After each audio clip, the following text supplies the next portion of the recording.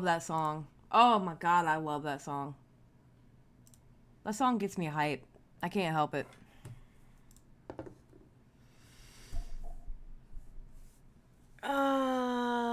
Yes. Yes, I would say it is definitely my favorite song by them. It's not my favorite song overall. You know how you have that number one song, like the song you know wants to be played at your funeral? I have that one song.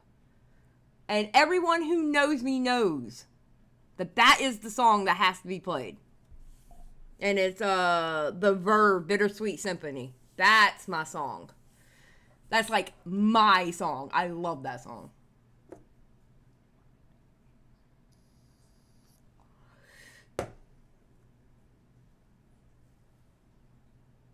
Oh, look, Quintheo's live. Drama Stream and more. TTS enabled. I'm sure it is. You're going to be talking shit about Mr. Beast and being a... I'm going to keep my mouth shut.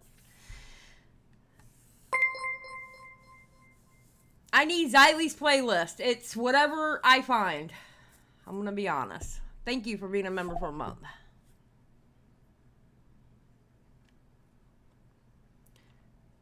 Aunt, why are you coming in here saying I am so beautiful? You know what's not beautiful, Aunt? Your Fortnite skills. No, Slop section will be tomorrow. I plan on probably like playing some video games and going over Nick's VOD. Today, I want to go over 2 videos. I don't know how well that's going to work out though, I'm going to be honest with you. But we'll try. Alright, hold on. I gotta find it first. Okay, so we got 2 videos. We got the one that apparently Chud Logic went over. And I know Tommy went over it, but I didn't hear Tommy go over the whole thing. And apparently it pissed Tommy off. And apparently it pissed Chud off too. So I don't know what this is. I basically, because I was getting other stuff done around the house while it was going on. And, apparently with the first one, the kid's 17 years old. But you know what? I'm like Tommy. I fight children. I don't care. I'll fight children. Especially when they got, like, hundreds of thousands of subscribers. Yeah, I'll fight a child. I don't care. Quick and easy. I will fight a child. 17 is not... 17 is not going to save you, buddy. I do not care.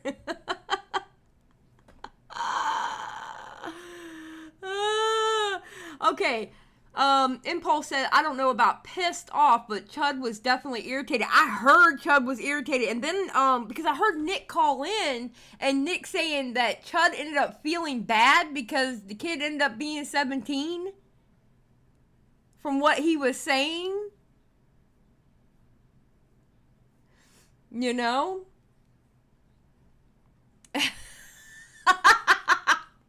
That's funny to me. That is so funny to me. So that's going to be the first video. And it's only 28 minutes long. So, I mean, we should be able to do both. Because I was going to do that video and then I was going to do Lerix's video. Because I find it funny that Slop content is like... what I really want to look into... And I might start covering Slop videos, as in the videos about Slop content. Because where did this trend come from? Who started this trend about talking about Slop content?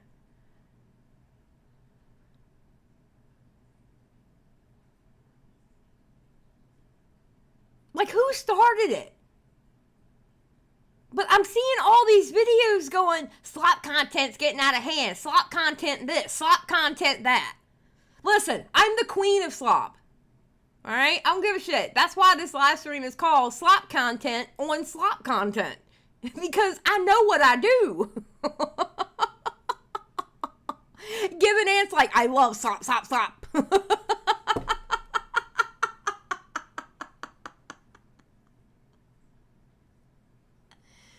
Okay, well, the first place I heard it was Pyrocynical.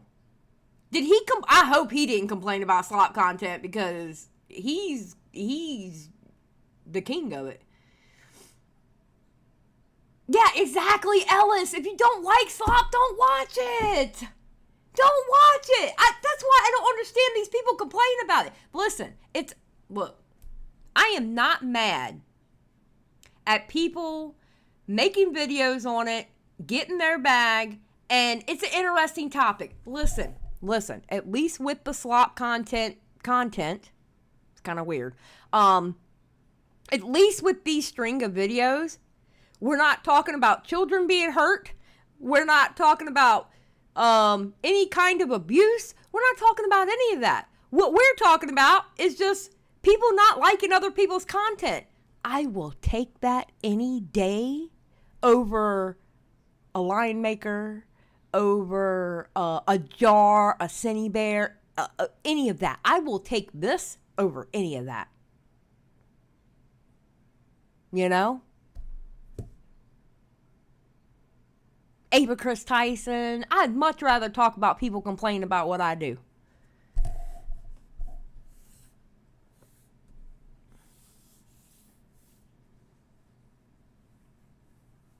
So, alright, let me cue this up. Hold on. I haven't watched this video either. And I haven't watched all the lyrics. I've only, like, maybe 5 minutes into lyrics. Hold on. Okay, buddy.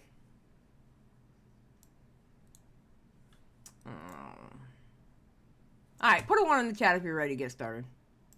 Because I'm running late today.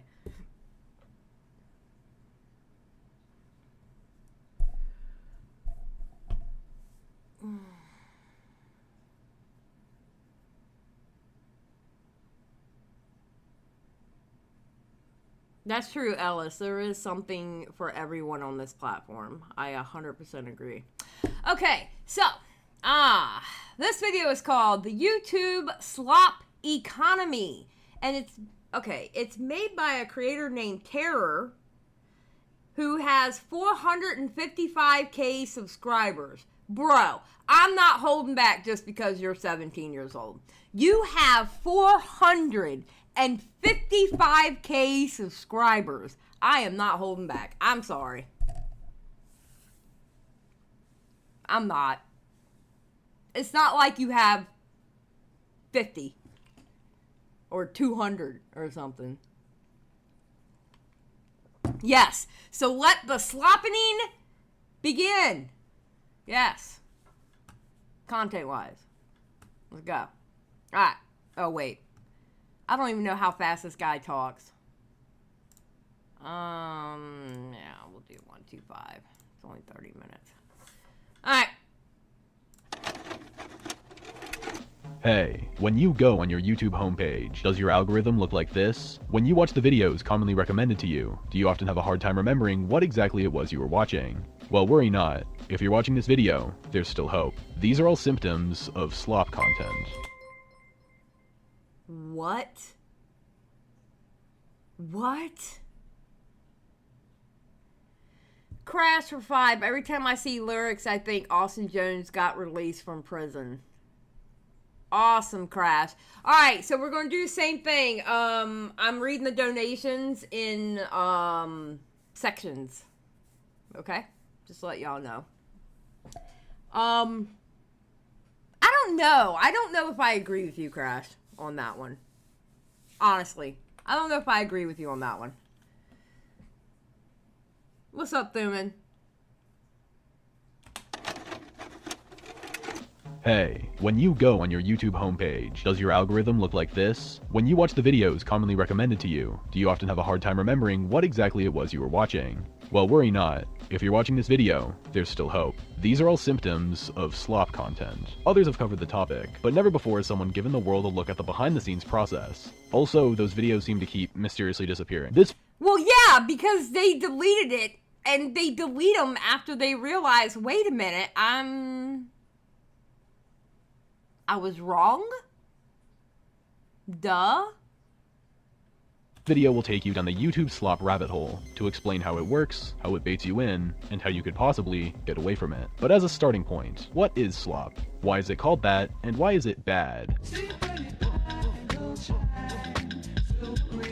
Slop is the blanket term used to describe low-effort, mass-produced content. Slop content on YouTube has a lot in common with fast food. There's a big market for both, it's easy and digestible, and they're both unhealthy for you. Just like obesity is a massive issue in America, empty, forgettable content is a massive issue on YouTube. On a conceptual level, there isn't— Okay, but why? Okay, so why is it such an issue? I feel like... Okay, so Ray, for example. Ray, cool guy. He's actually a very nice young man. Alright? But he was a bit whiny and like hoity-toity in his video when we watched it. Right? If somebody wants to do low effort content, isn't that what YouTube was founded on? Low effort content? Like, literally the bare bones of YouTube is low effort content. You know?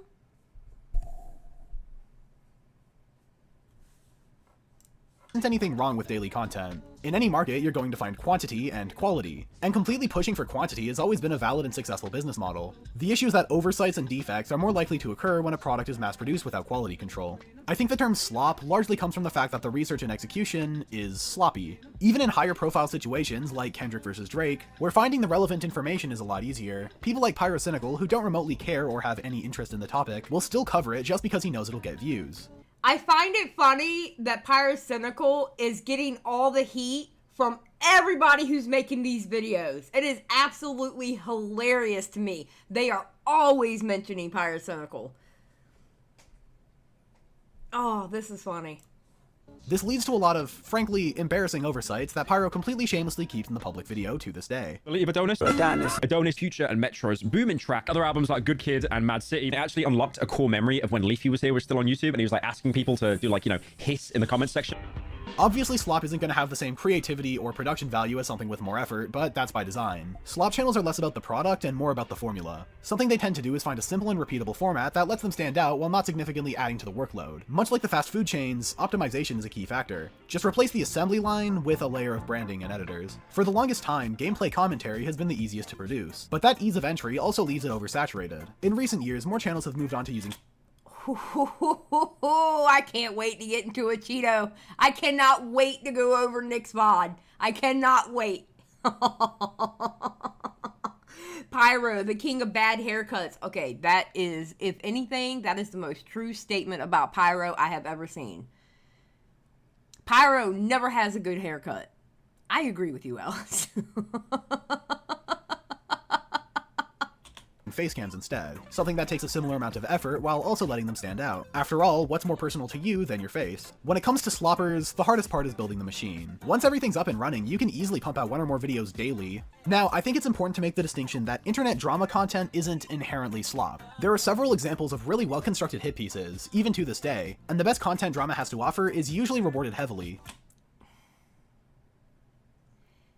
Gee whiz. I don't know. What is this scene here tell me? What does this tell the audience? Are you one of those H-bomber people? Are you one of those that points and go, you're plagiarizing, you're taking somebody's content, I hate you reactors. You come for reactors in this, don't you? I bet you come.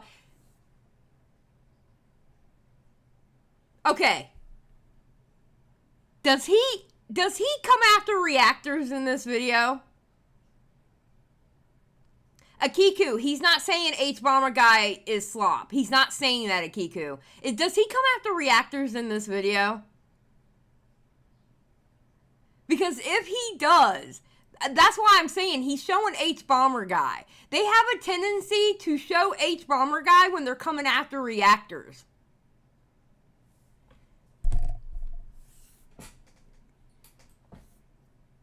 Meaden, I love how the term H-Bomber people is being used like the label. It's Meaden.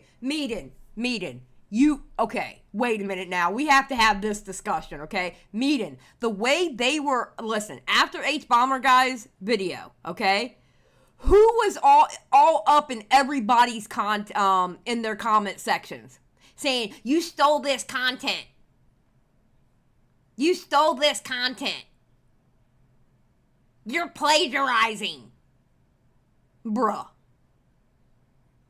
They were. The second H-Bomber Exposed hit the South Tower. True, Meaden. Oh, God. But to properly identify what is or isn't slop, I've put together a little checklist. A video is slop if the visuals are boring and uncreative with no clear vision, facecam and gameplay are both easy ways to fill in footage without thinking, causing different videos to be tonally and visually the same. The majority of the content is directly built off of someone else's. Commentaries and Yeah, so? Again, I will tell everybody, I do the laziest content on YouTube. I do. And you know what? I'm okay with it. to be tonally and visually the same. The majority of the content is directly built off of someone else's. Commentaries and reactions are fundamentally built on another piece of content. That way, you only have to do, at most, half the work, and you can let the original piece play in yours to extend runtime and provide context. Exactly! That's exactly what we do! 100%! I know I do slop. The videos don't bring any new information or perspective to the table. Oversights are common, and can be noticed just by watching the video as intended. Oversights are common. The creator tends to meander on tangentially related topics. Oh, did you fuck up your editing there? Oh, no. He did that on purpose. He did that on purpose to,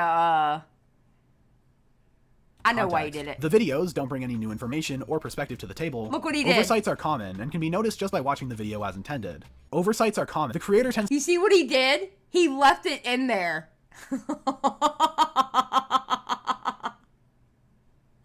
Akiku, yes I do. Akiku, I don't know what you're thinking. I absolutely do slop content. I literally react to other people's videos. I absolutely do slop content, Akiku. 100% I do it. And you know what else label you can throw on me? I'm a drama farmer. 100%.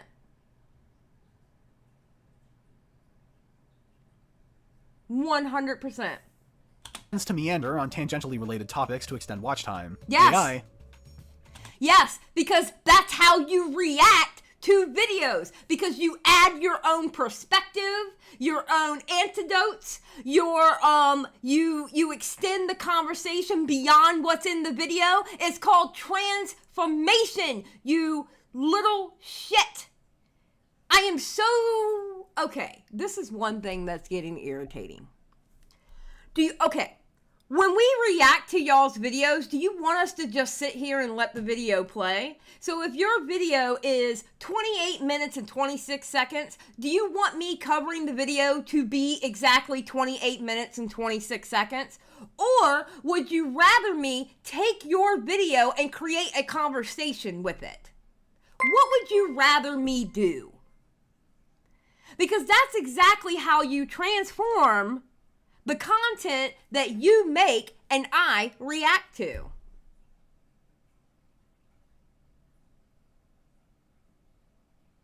I'm just saying. That's exactly that's called transformation. That's what you're supposed to do. I'm supposed to be able to take your content and create it and basically create a conversation about it. And I talk to my chat about it. I come up with stories that can relate to it.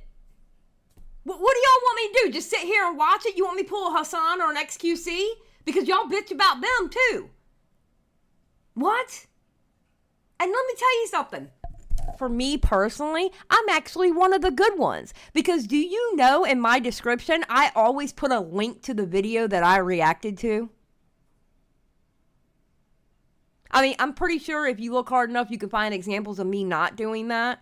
And it's either because the video is completely gone or I just forgot. But no, I put the original link in my video. I make sure not to copy their thumbnails. And I don't copy their title.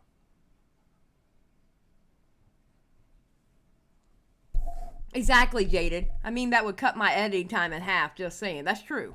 That's very true, actually.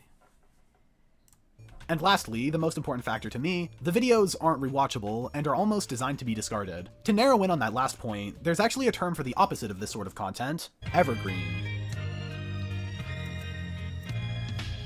Just like the tree never loses its color, the content never really fades out of public relevance, and can continue to be watched even years after its original publication. The assumption is that while Slop has the ability to be quickly mass-produced, evergreen content can be watched and rewatched until it does just as well, if not better, in the long run. Another thing to point out is that YouTube has always had tiers of content. This is something I commonly see misconstrued. Yes, old Leafy videos were still Slop, just because they were around before the term was made doesn't make a difference. Examples of evergreen content, like Content Cop, can also be found. The difference between then and now— Well, you actually have to look pretty hard to find the Content Cops, but yeah. now is that back then, the two types of content could easily coexist without competition. Leafy would get millions of views on his daily videos, but they'd never have the impact of a Content Cop. Nowadays, videos like that are getting increasingly rare. But honestly, like, listen, I think there's space for everybody. I think there's space for everybody. You know, like, okay, you know how I was joking yesterday about Operation Burnt Toast?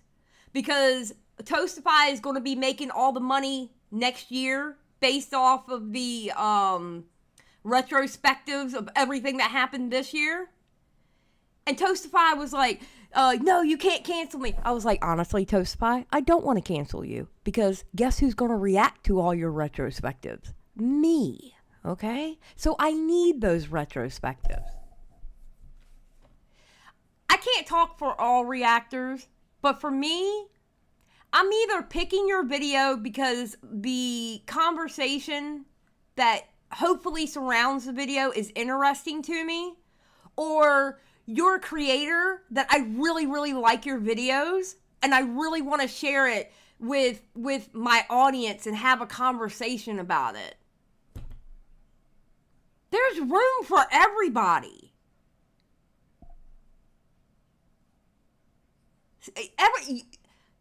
You mofos need to get off your high horses. I'm just saying.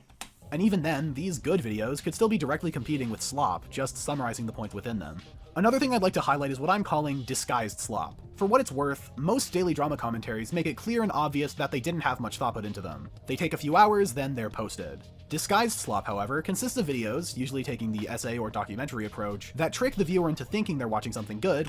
Okay, now, I did see this part. Bro, okay. Now, I agree with Tommy. I agree with Tommy. You know, once you start becoming a content creator, you open yourself up to criticism. All right? But, and that whole punching down thing as an argument, I don't agree with that. However, I agree with Tommy. I kind of think that you should wait until they hit 1K. Unless they're a complete jerk and they're like, I don't know, like a doxer or, you know, something like really, really bad. So it just makes me wonder why you added a 643 subscriber person. They don't even have 1K.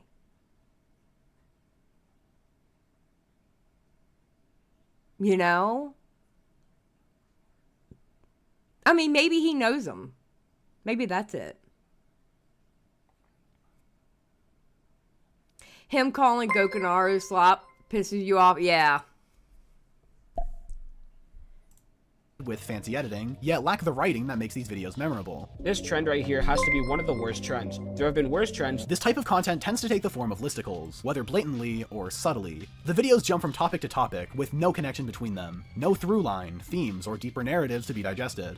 And that ends with a video you watch once, then never think about again. Deeper narrative... I'll get to donations and everything. Sliggins, thank you for the 5 gifted memberships. I really appreciate it. You remembered me this time, Sliggins. Thank you. Listen, sometimes people just want the rundown of what happened and move on. That's like watching TMZ. You know?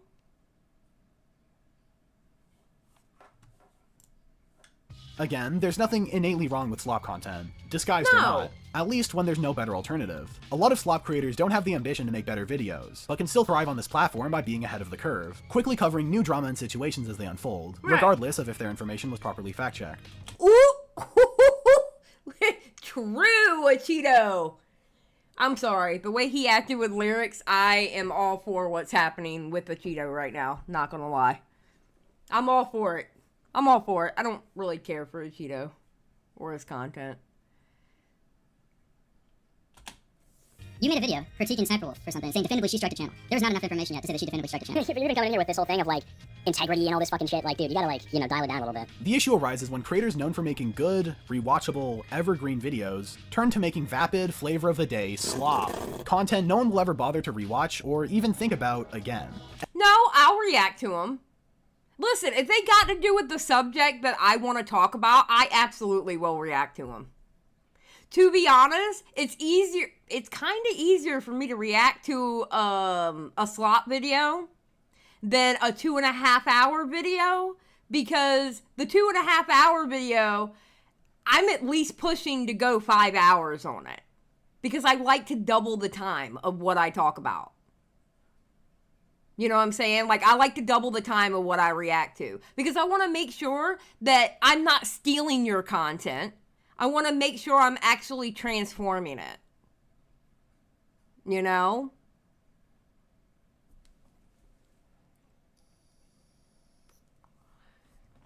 And they begin throwing together worse content, both for themselves and for their audience. I'm not that annoyed when someone who isn't skilled or talented enough to do better makes a lazy commentary video. But when someone with that talent wastes it by pumping out garbage instead of making something better, that's where I start to get a bit miffed. Okay, you have this elitist attitude about you. You have this very elitist attitude about you. Just because you can do pretty edits and you can write a pretty script, it doesn't make you any better than anyone else on this platform. And I don't give a fuck how many subscribers you have. I'm going to be very honest with you.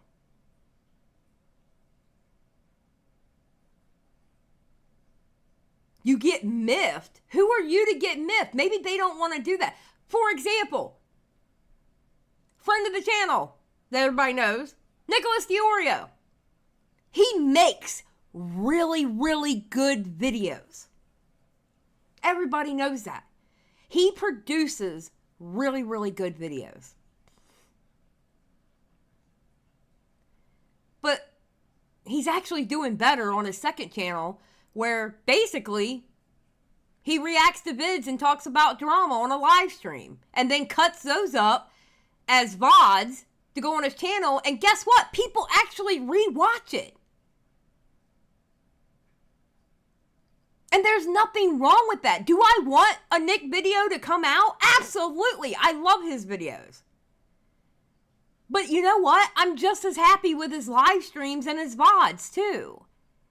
Because what it boils down to is what makes you happy. If these people are happier not making these hard-hitting videos with beautiful visuals and beautiful scripts written, it's up to them whether they want to do it or not.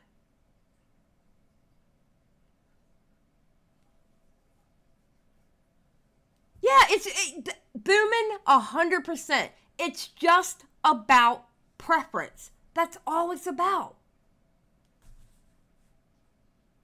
That's all it's about. It's just about what you prefer. And you know what I prefer? Personality. If you have the right personality, I will watch your videos or your live streams. It doesn't matter. Because I'm mainly there for your personality. Honestly. If you don't have that personality, I'm only watching you when I need your content. Or something's going down. That's it.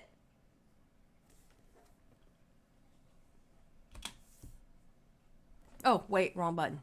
That's a waste of talent, and potential content that I'm being deprived of. But why would these established and skilled creators intentionally choose to make worse videos? It's money. Obviously, it's always money. Yes. Yes. Yes, it is money. I am a glorious housewife. And you know what helps me be a glorious housewife? Not only the fact that I have an amazing husband and the best husband in the world. Sorry, ladies, but I have the best. Oh, and gentlemen. All right. Sorry, ladies and gentlemen. Okay. But I have the best husband in the world. All right. Not only do I have the best husband in the world, but my job here on YouTube helps me to stay a housewife.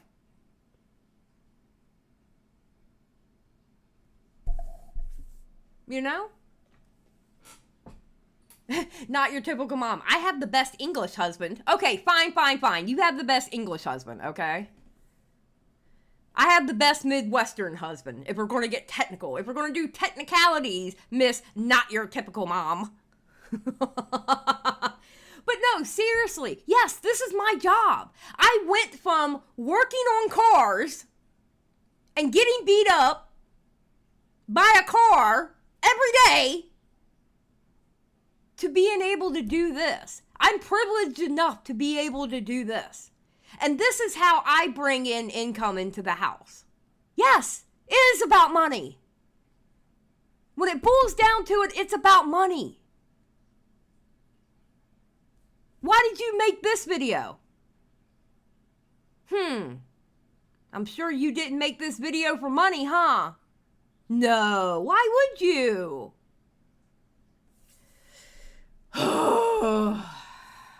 Worse video. It's money. Obviously, it's always money.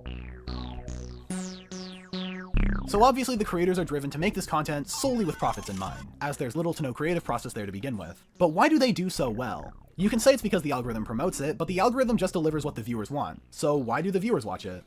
I'm going to be honest. All right, I'm going to throw in my 2 cents because I don't know what he's going to say. So let me answer that question what I think it is. All right? I think it's because people's attention spans are a lot shorter than what they used to be. So if they can get a quick recap of between 10 to 15 minutes, they'll get that recap. Honestly, that's what I think it is. I think people's attention spans are a lot shorter. Except for when it comes to live streams. And what I notice is my playbacks are always better on my live streams if my chat is still up. Hence the reason why, if for some reason I have to edit it and the chat has to go away, that's why I put my chat on the screen. That way the chat is still there. Because people like looking at the chat when they're watching a video. If it came from a live stream. Hence, now y'all have a chat on screen. Now, I have the freedom to play copyrighted music in the beginning because all I have to do is mute it. Yeah, the chat goes away, but y'all still see it. You know?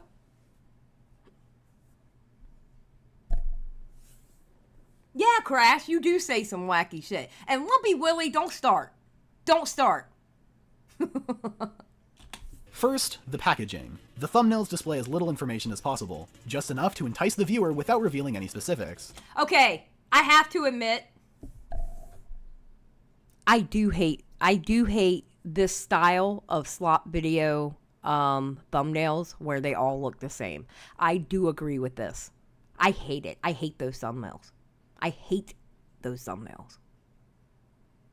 I don't think y'all understand. I hate those thumbnails. Now, I am not the best thumbnail maker in the world, all right? I'm always getting criticism for my thumbnails. I don't care. Fuck off, all right? But I do hate the thumbnails where all the thumbnails look the same. But unfortunately, that's what's grabbing people's eyes. That's what's making people click the videos. So I can't blame these people for doing those thumbnails. You know?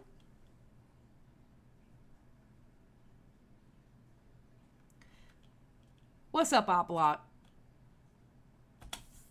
A cartoon character on a blank background with some text, or the subject of whatever the drama video is about. In this niche, the titles are vague, not providing the viewer with any information on what the video is about, besides the fact that there's a situation. Again, a purposely vague. What do you expect us to do? Put an essay in the title? You're only allowed 100 characters. What? Exactly, Thuman. Thuman, you have the comment of the day. Don't hate the player, hate the game. Literally. Don't hate the player, hate the game. Neutral term meant to get the viewer's foot through the door. And once that happens, Pandora's box has been opened. The Mr. Beast situation somehow got him on. It isn't true this could actually be the end of this video. I was debating whether I wanted to talk about Mr. Beast. And you just destroyed his career, and it's getting worse for him. I feel like my brain is bleeding after that. I feel like my brain is now bleeding because of that. What the? I'm not going back. I am not going back to that, okay? That made me feel increasingly uncomfortable right now. That was terrible. I feel like, you know what I feel like? I feel like this guy knew that reactors were gonna take this video and react to it, and he's doing little things just to get at us. Like how he did the one part where he repeated it just to see if anybody picked up on it. I think he did it on purpose, just to see if anybody picked up on it. He did that knowing that reactors were gonna be watching this with their audience, and there was gonna be a reaction to it. I'm telling you, I think he made this for reaction channels. Well, Kiku, that's why he did the warning in the beginning of the video, and he did it right before he did that, so. Shit happens. Yeah, I don't get the pigs, but they are cute. Oh god, it's not over. Okay, it's over now. All of a sudden, your entire recommendations will be flooded with an influx of forgettable, interchangeable drama content. Different situations, yet always the same thumbnail, and always the same titles. But after viewing begins, why would anyone stay watching? This leads us to the next important piece of the puzzle. The algorithm needs watch time. And if they're making bad videos, people aren't going to keep watching. That's why I live stream. Listen, if you're a new up-and-coming channel, you know the best way to get your watch time hours? Besides getting subscribers, obviously. And you need to be entertaining to do this, okay? Not just anybody can do this. Live stream. Live stream. That's the quickest way to get watch time hours. Live stream. Live stream and be entertaining. You know how I entertain my audience? And this is for playback people who, or people who are going to watch this VOD, all right? You know how I entertain my audience? I bully them. I yell at them. I have to cuss them out at least once a live stream. I have to. Because if I don't, they feel abandoned. They literally come here to be bullied. It's an amazing thing. All right, let me go look at the donations real quick. Crash, you know that's a damn lie, and I will cuss you out in front of God and everybody. You over here trying to lie. Okay.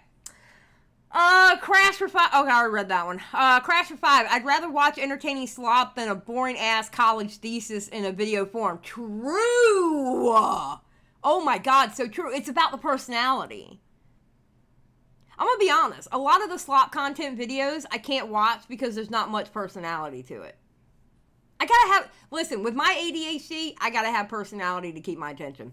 Sliggins, again, thank you for the 5 gifted. I appreciate it. Crash for 5. There's an old saying, those who can't succeed criticize those who do. True. DN22. First time donator. Oh, thank you for the 10. Long time watcher, I think. Watching the vid on delay. Keep up the good work, Xylie. LOL. At this this guy saying Content Cop was evergreen. I dub shit with Slop from day one. Thank you for the 10, DN. Ellie42, commentary Slop son or Art CC daughter. Commentary Slop son. 100%. Art CC is made for the devil. Art CC is the devil, and they are the devil of all communities. Just saying. All right. Or are they? Over the years, the sloppers have found the perfect workaround: drama. The reason a lot of drama slop does so well is because the viewer's collective interest in the given situation leading them towards it is always more persuasive than the lackluster content of the video begging them to leave. When you watch more Pegasus recap the MrBeast allegations, you're watching to see what Dogpack is alleging.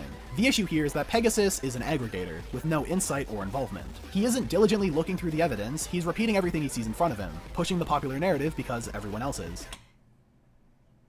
Okay, he's cooking right now. He's kind of cooking right now. I can't take this from him. He's kind of cooking right now. He is cooking. He's not lying about Pegasus. He's not lying. Everything he says is just a watered-down version of a better and more entertaining video, and even the information he presents isn't double-checked. In his third video, Dogpack accuses MrBeast CEO James Warren of domestic violence with no source, and Pegasus just repeats it without question, not even bothering to correct it in the pinned comment or description, even after Dogpack rescinded that point. There's allegedly domestic violence charges that were filed against him. Now, obviously, someone in the CEO position of MrBeast, in my opinion, should not have a history of ADD or psychopath behavior or drug addiction or potential harassment involving a female colleague, right? These are all extremely concerning allegations and need to be addressed immediately. I feel like you have to take some responsibility for the CEO of your company, right? This is sloppy journalism, and yes, journalism is the right term here. Yeah. No, I agree in the sense of, yes, that is very sloppy if you're not going to look into things and you just repeat like it's fact what somebody said, you know? Crash says Pegasus can't post a vid until Sensitive Society posts his. I didn't know that was a lore. I'm gonna be honest with you, Crash. I did not know that was a lore with Pegasus. People watch this content for the same reason they watch the news. They want to stay informed on the latest events and drama. But if the videos aren't entertaining, and they don't even provide the correct information, there's literally no merit for these to exist. Content now that we have a good cannibalism. understanding of slop content and everything it entails, let's go through the life cycle of YouTube drama to examine the slop economy at work. Let's go! Let's go! Let's go! I'm excited for this part. All drama starts from the inciting incident. Usually a creator is called out for doing a bad thing. Yeah? This first wave of backlash leads to people beginning to make jokes and memes spreading the claims, and within a day or two, the first wave of slop videos are released. With that current drama unfolding, now would be an ideal time for accusations to occur. People begin looking into the accused's history, digging for any possible behavior to be called out on. Streamers will— Oh my god! Is he literally showing the Boobah stream? Oh shit!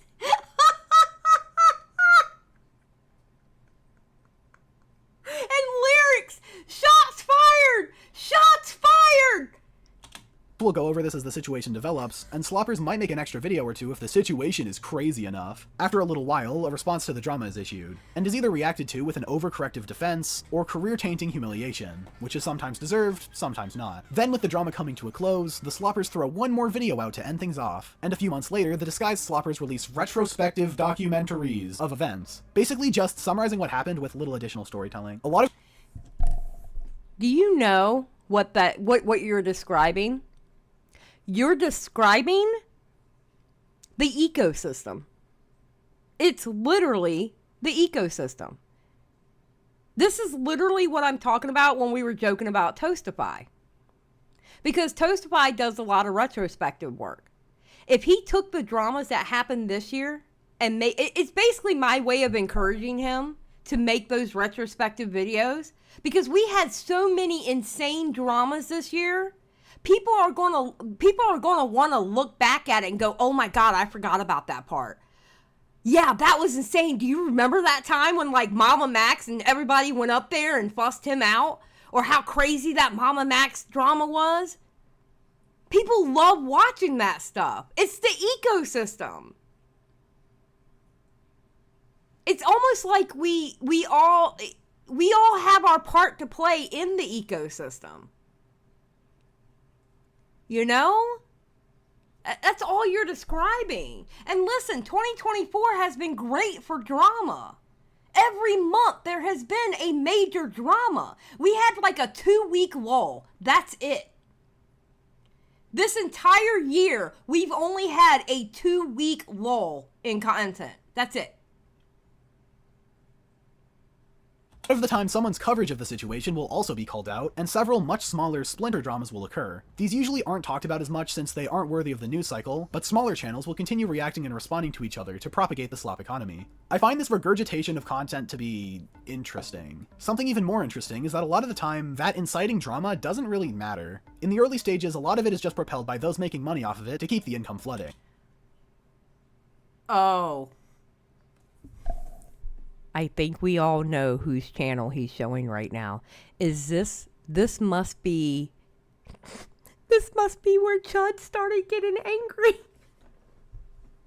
I'm sorry. You know what? I don't care what you say, kid, but Chud Logic has the thumbnail and title game on lock. Okay?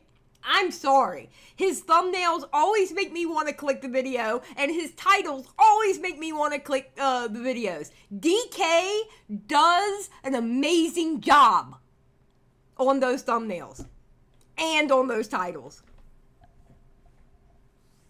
Absolutely amazing. He has those thumbnails on lock. Yes, DKW, 100%. 100%. Spreading around old, unrelated stories to keep the bloodthirsty drama viewer base satiated. A lot of the time, it actually gets pretty sad. You have streamers repeating the same few points on repeat, desperately trying to keep the audience engaged and enraged while they're looking for something, anything else to say. They need to build up the importance of these situations because their livelihood literally depends on it. And are you upset that Chud Logic can go live for anywhere between 8 to 10 hours and keep an audience? That he knows how to deep dive live on air. He knows how to deep dive into situations live on air. Like, honestly, I wish I had that skill set like Chud Logic. He can start off with, like, the main video that kicks it off, and then he wants to go look into it. And he keeps his audience entertained the entire time, while also investigating what happened in the past. Like, yeah, I don't know how Chud does it either. There's no way I could do that. There's no way. if it's a slow day, they're gonna pull in less money. But I mean, dude, this guy's brilliant. Why hope he continues to make videos. I'm gonna cover lots of his stuff from now on, if it's an interesting topic to make. Bro, he is absolute content gold, mate. So we've established that Slop videos suck ass, but seeing these established and respected creators switch. Who said Slop videos suck ass? Who said that? You? You said that. People love that if they didn't love the content, why are they watching? Who are you to measure if they suck ass or not? What?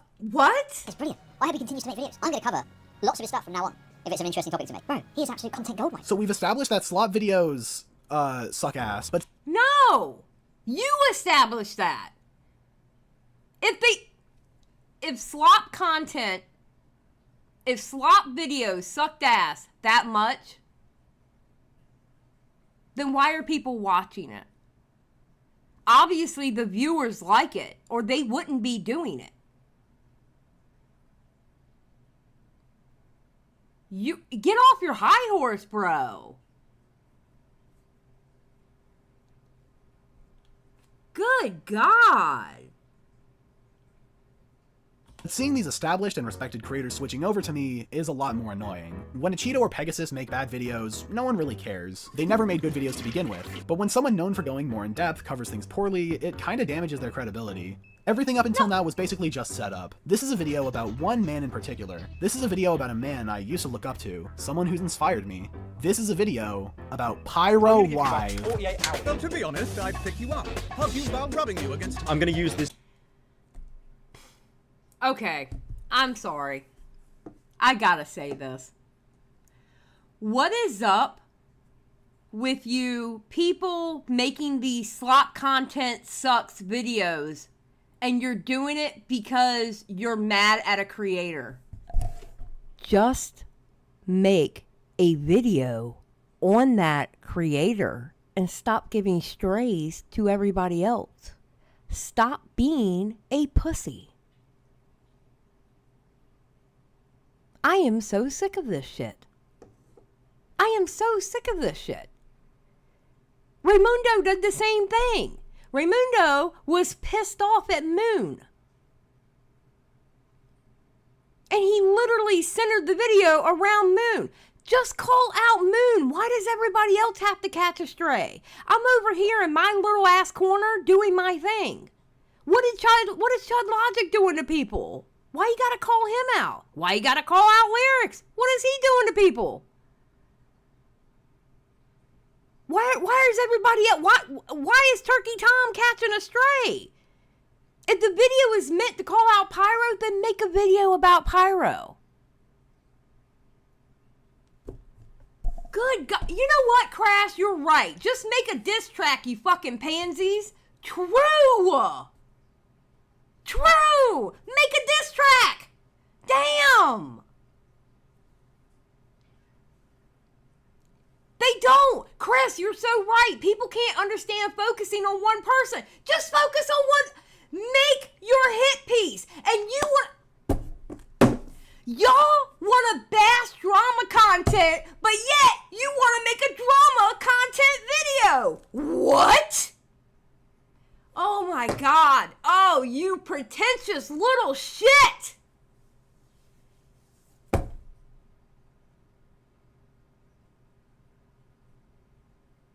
Bruh, really? This video to address the allegations made against him. Many believe that the term slop originated from him to begin with. I personally first heard it thrown around on an episode of his podcast, TBH. I like to imagine it is an actual trough of slop and just the little piggies running up to the trough. Pyro is someone who used to be known as a Leafy clone, riding the same wave that Leafy used to come to prominence. But over the years, he would slowly shift from that image by making increasingly higher quality videos, both his deep dive game reviews, as well as by refining his general commentary videos. He was someone capable of achieving a level of humor while still being able to be taken seriously, something I myself am trying to achieve. And You're not achieving it. But I mean, obviously you're doing something right when you have like, what was it, 455,000? Obviously you're doing something right, but not everybody's going to do videos like you, bro. I mean, I hate that pretentious shit. If you don't do it the way I do it, then you're wrong. No. What?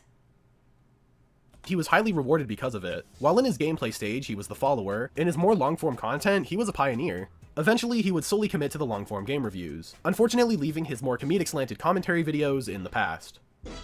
Do you think maybe he got tired of doing it? Maybe? This gap in his dichotomy then sparked the creation of Pyro Live, a second channel that started as stream highlights before slowly shifting and evolving into a daily commentary channel. In a lot of ways, it's the same as he's always done, but something's changed. The video lengths have ballooned from 10 minutes to over 20.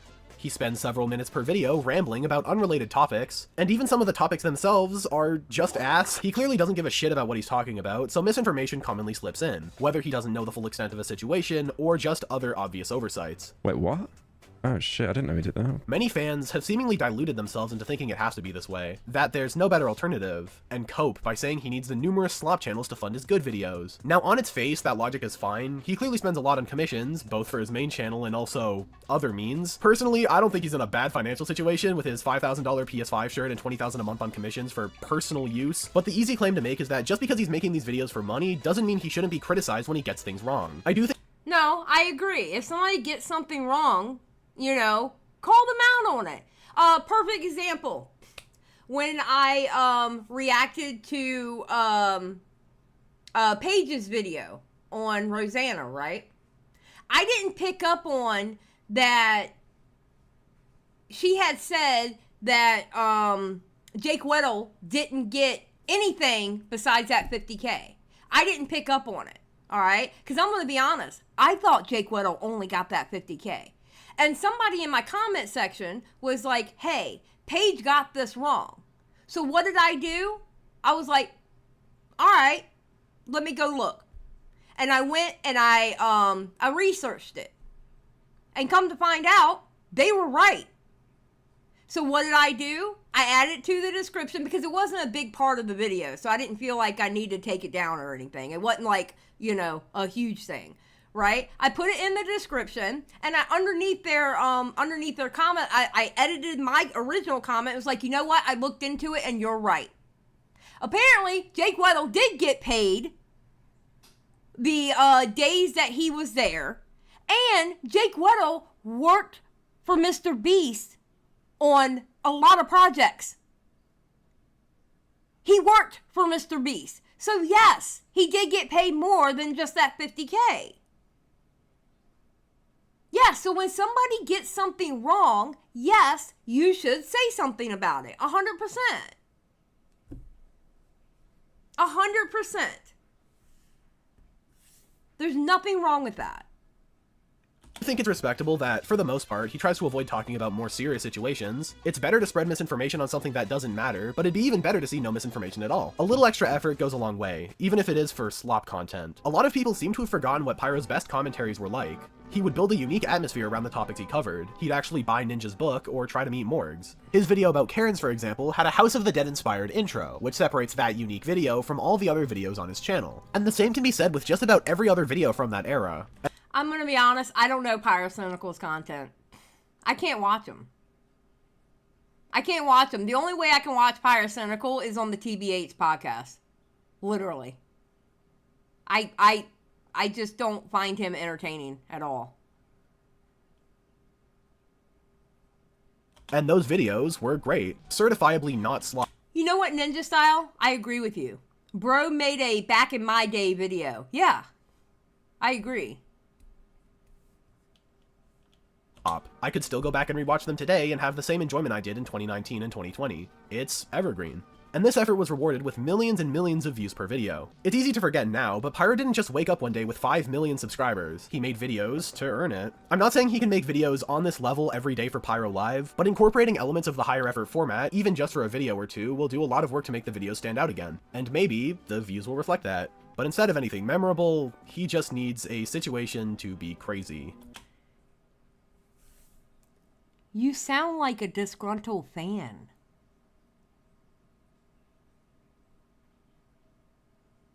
Why are all these videos just whiny babies? Why are all these videos... Oh my God! What is wrong with y'all? Y'all are just a bunch of whiny babies.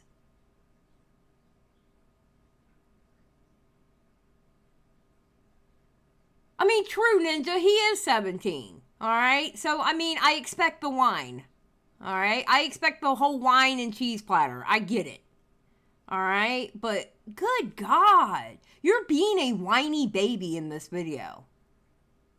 Literally. Oh, no, it's not the content I like anymore. Then stop watching. Exactly, Olivia.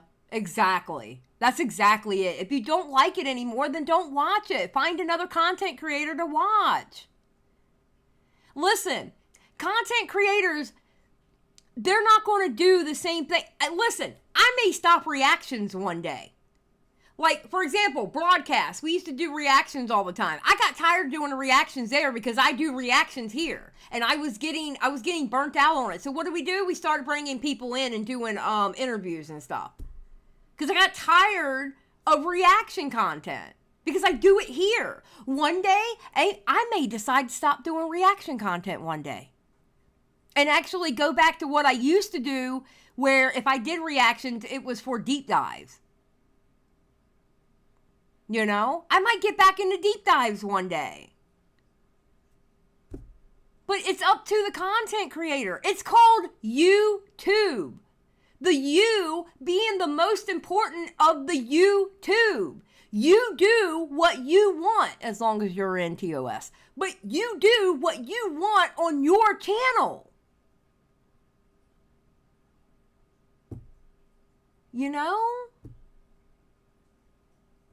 Xylie and me are going to start a channel just shit-talking people on the street. I mean, Crash, that may work. We might make money off of that. That's a good idea. All the issues I have with Pyro's approach to Slop Tent can be found in one situation. A microcosm that's reflective of almost all of the problems in his entire operation. And yes, that situation is insane. It all started when the YouTuber Flaysfire made a video called The X Situation Is Why. It's a video that, on top of being very well put together, is also very, very blunt with its criticism. He points out why this type of content is bad, makes fun of everyone doing this content, then he himself becomes the example of what to do instead. It's a well-edited, well-written, and hilarious video, and all of this material is condensed to 7 minutes and 54 seconds. I'm gonna be honest with you, by the looks of that video, I probably wouldn't watch it. Because that looks way too ADHD brain for me. So short that the video can't even play mid-roll ads. He lost money by choosing to do this, but not adding those 6 seconds when he so easily could have really hammered home the point of 7 seconds. 7 seconds. Misinformation. 7 seconds. Not 6. 7. 17 years old and you don't even know how to do math. That's what a good reactor does. You see that? I caught it. I caught it. Exposed. You have been exposed. You don't know how to do math. It's 7, not 6.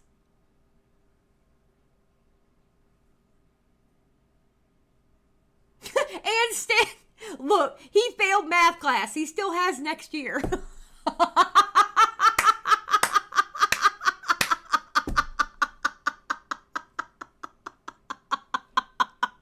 I mean, true though. True.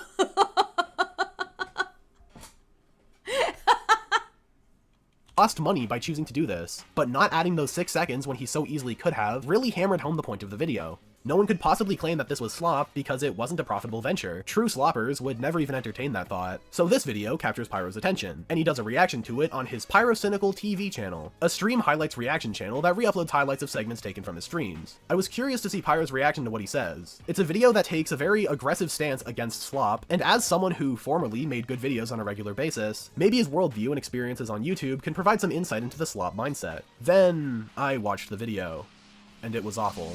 That's why I called it Slop, because it's garbage content. Videos need to be profitable on the Slop channel. Yeah, that's the point, really. That sucks. Like, no one cares. I don't want to hate the LGBT because this guy's gay. That's funny.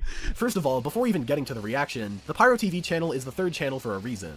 It makes Pyro Live look like good content. With his reaction, the Who cares? Oh my god.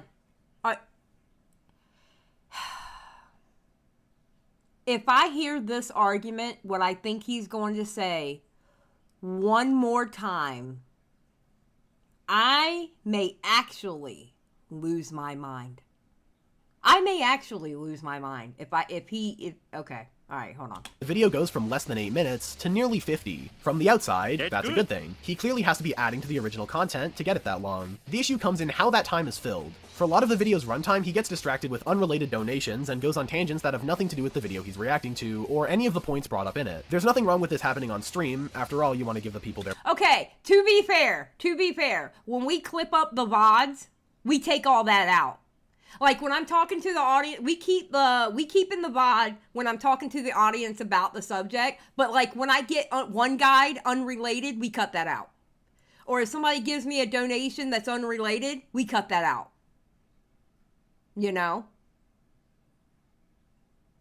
I don't keep anything that doesn't have to do with the video in.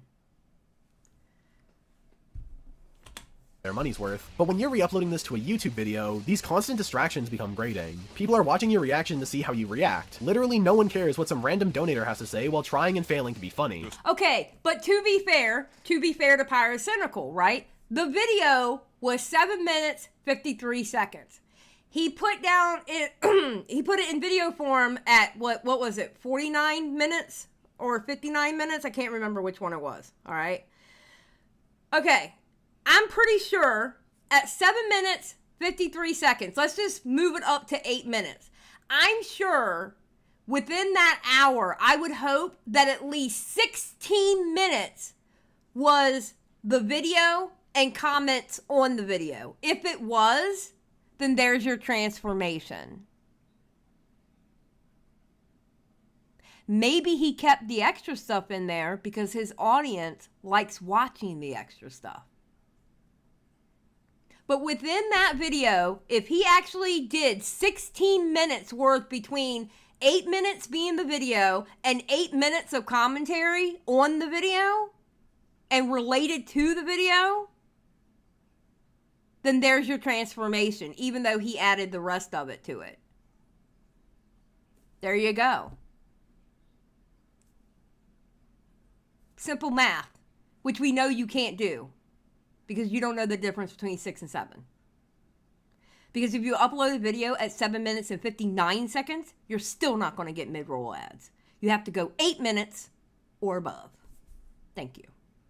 I'm here for the people. Sloppy boy, little slopper, sloppy slopper, hopper, topper, bopper boy. Yeah, you are my special little pig. It's the exact same psychology as the drama slop from earlier. The interest in seeing Pyro's reaction is enough to trick the viewer to keep watching through all the fluff. The easy solution is to get one of his 20 editors to cut out the dead space. But that costs a little extra money. If he does that, maybe he'll have to spend less money on commissions every month. But through the filler, and the donations, and watching a critical video for some reason, the talented Pyro I grew up watching is still in there somewhere. Maybe he can really use his decade of YouTube experience to give us some insight. How does he respond to the claims about slop content? He's sadly right. He is sadly right. And you can't make the slop shorter, because if you make it shorter, you get paid less. I mean, I'm definitely guilty of that as well, though, in the sense of just like regurgitating information. I am chained to the slop mill. Oh, really? You know what's funny? This is another thing I think is funny about the slop content call-outs that I've seen so far. Every single person that they're calling out says that they do slop content and they know they do it. It's like you're literally pointing and yelling at a bunch of people who are looking back at you going, yeah, I do slop content, and I already say this all the time. I do slop content. What's the big deal? It's what I do. Why are you yelling at me and pointing your finger? I already know what I do. I say I do it all the time.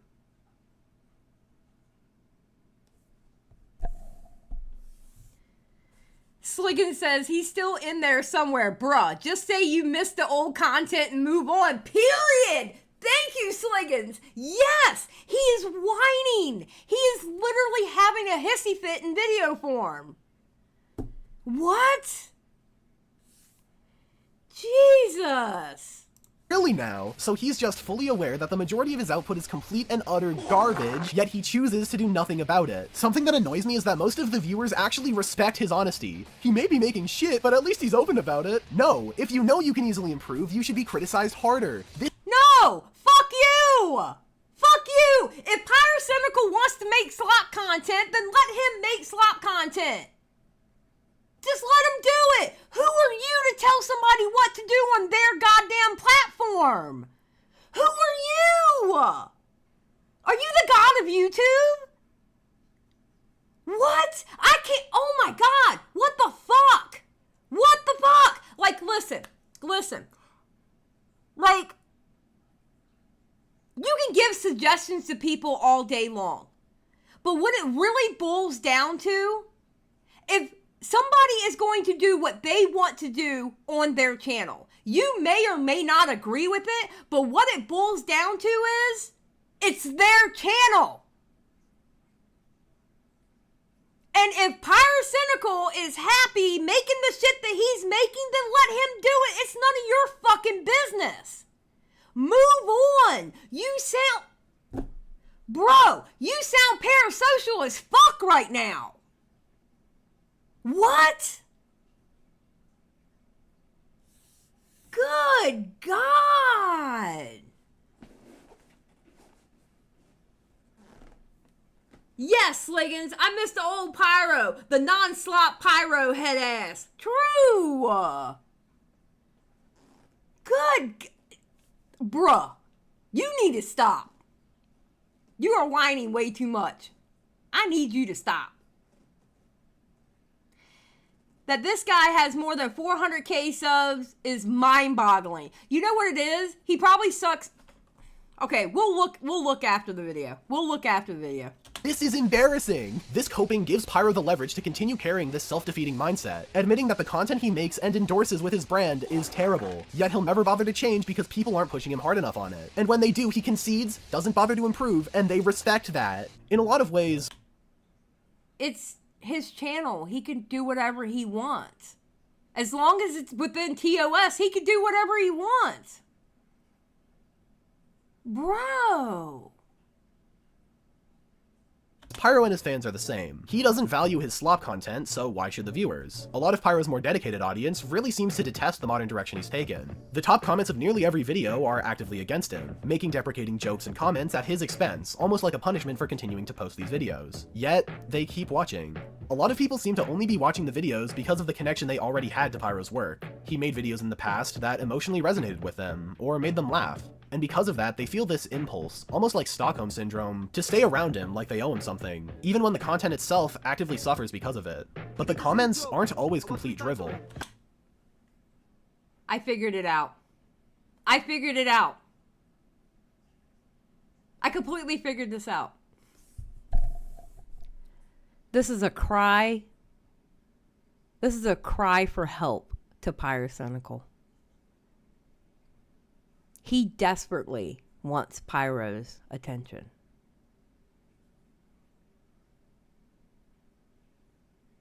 Olivia, right? This guy was in kindergarten when I watched Pyro. True!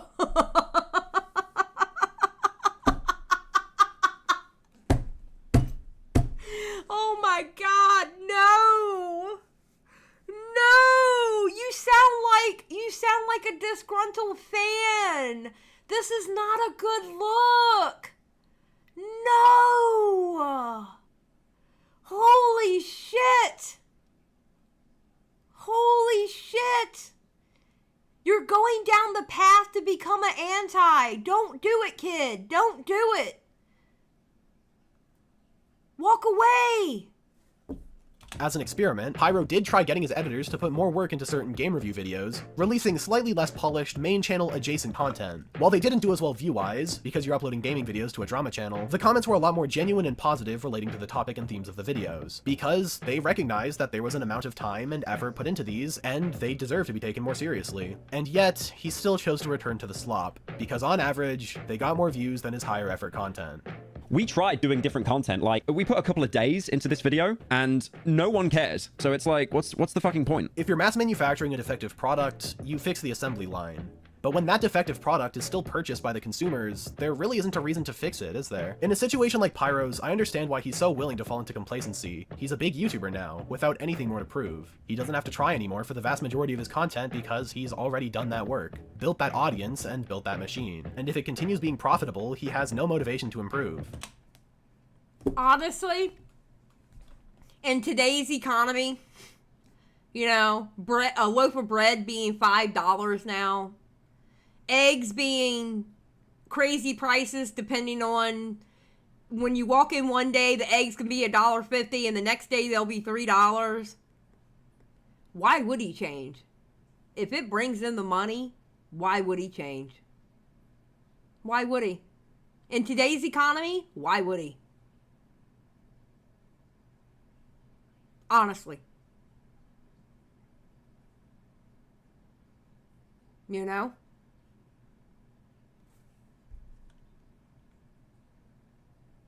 Olivia says, why is he fucking psycho analyzing Pyro while complaining about his content as if the answer is that Pyro is demonetized dude. He needs money for the good videos. I mean, I guess, yeah. I mean, he's making money. Who cares? If you don't like it, don't watch it. Move on. Listen, I started out liking certain creators. I got tired of watching them. I don't watch them anymore. I found them starting to be boring. So I moved on. There's nothing wrong with that. Demonetized, right? No, I'm not going to say that word again because that sucked. Leave me alone. You know I can't speak English. Exactly, Chris. Get that bag, Pyro. Exactly. Demotivated. Thank you. Yes, demotivated. Okay, wait. Let's read that comment again then. Why is he fucking psychoanalyzing Pyro while complaining about his content? As if the answer is that Pyro is demotivated, dude. Okay, while Pyro is demotivated, dude, he needs money for the good videos. Yes, there you go. All right, boom. I rectified the situation.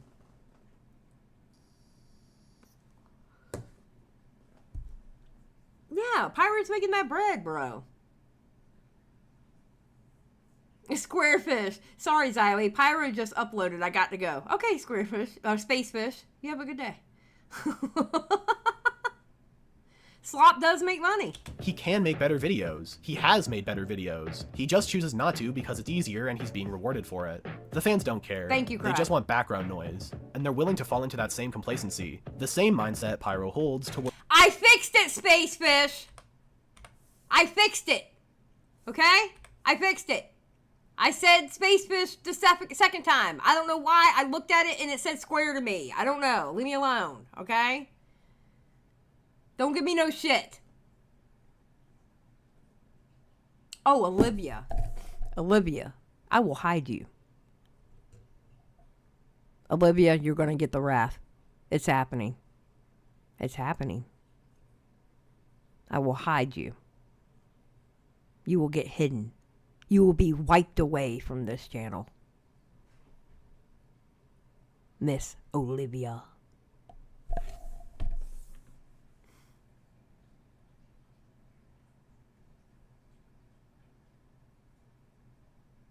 He is being profitable, he has no motivation to improve. He can make better videos. He has made better videos. He just chooses not to because it's easier and he's being rewarded for it. So what? Oh my god, man. You sound so elitist. I hate it. I absolutely hate it. You sound like if people don't make long form videos like you, they're trash. You're kind of shitty.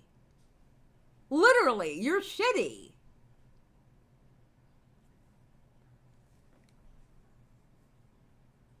Good God. The fans don't care. They just want background noise. And they're willing to fall into that same complacency. The same mindset Pyro holds towards the same videos on his own channel. They're the same. In my opinion, slop content is some of the worst content that's allowed on YouTube. Obviously there's worse... Allowed? What do you mean allowed? Wait a minute. I don't like that. What?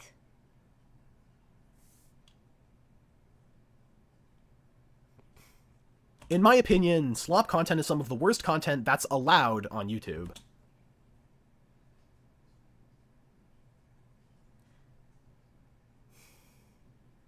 I don't know what to think about that. What do you mean allowed?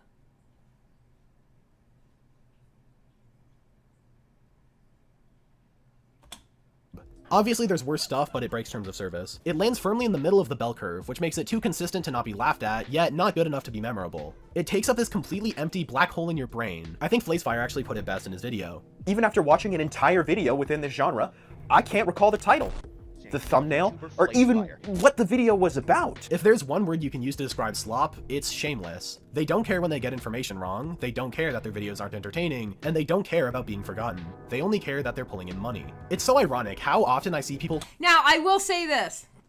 I will say this. He is right about this part. He is right about this part. Slop, it's shameless. They don't care when they get information wrong. That part right there, that is a problem with some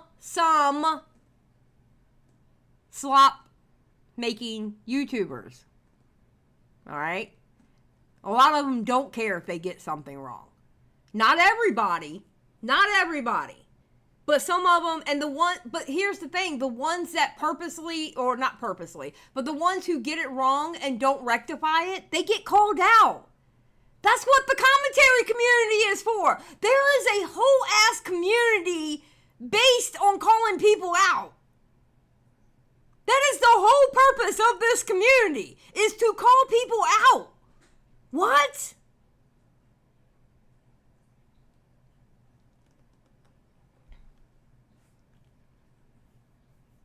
There's a whole ass community for that.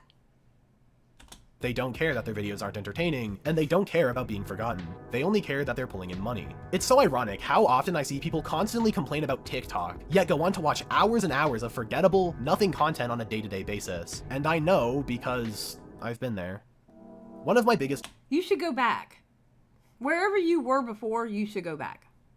guilty pleasures on YouTube is watching Minecraft hardcore content. I've complained before about how all Minecraft content is the same, in terms of style, topic, and presentation. The only way you can tell these channels apart is by the skin on the thumbnail. And the videos themselves aren't memorable. A lot of the same problems as the videos discussed earlier. And yet, on occasion, I find myself watching these videos, usually in the background, passively wallowing in the slop.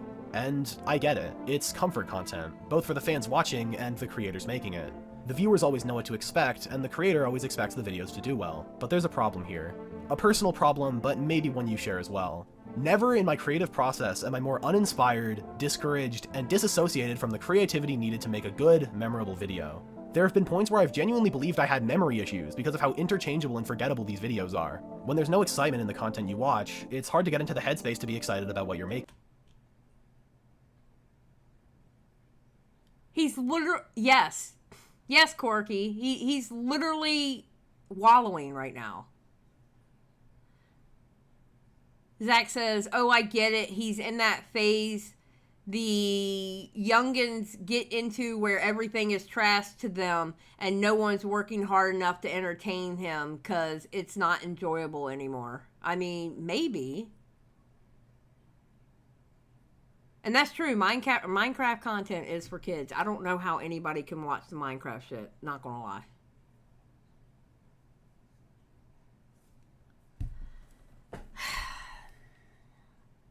Bruh. And I actually agree with you. He has a short attention span is what he's saying. Yeah, that's what it sounds like. These videos are. When there's no excitement in the content you watch, it's hard to get into the headspace to be excited about what you're making. I imagine it's even harder to be constantly surrounded by drama content. Not gonna lie, this whole section that we're in right now, this whole section starting at 22, 26 to here, this whole little chapter is very, very forgettable because it's very boring. I don't care what you're flashing on the screen, this part is so boring. Literally. If your entire feed is an echo chamber full of negative videos about bad people doing bad things, it's easy to fall into it. It was a poor music choice in the background because the music makes me want to fall asleep. To let it slowly consume you until all that's left is a more pessimistic person. Watching other people's videos is a big part of my creative process. To me, there's nothing more entertaining and rewarding than watching a video and seeing a noticeable change within yourself because of that video. The best— Oh wow, he just flashed H-Bomber guy. Gee. And rewarding than watching a video and seeing a noticeable change within yourself because of— Yep. It's so funny. They always throw in H-Bomber guy in there somewhere. That video. The best content on this site changes you as a person, and that's a beautiful thing. Something we're only going to see less and less of in the following year. You know what I'm starting to feel like? I'm starting to feel like the slop content call-out videos are actually becoming slop content because they're all saying the same shit. It's like they're taking each other's points, but then they're going to put it towards another creator. The slop content call-out videos are actually slop content themselves.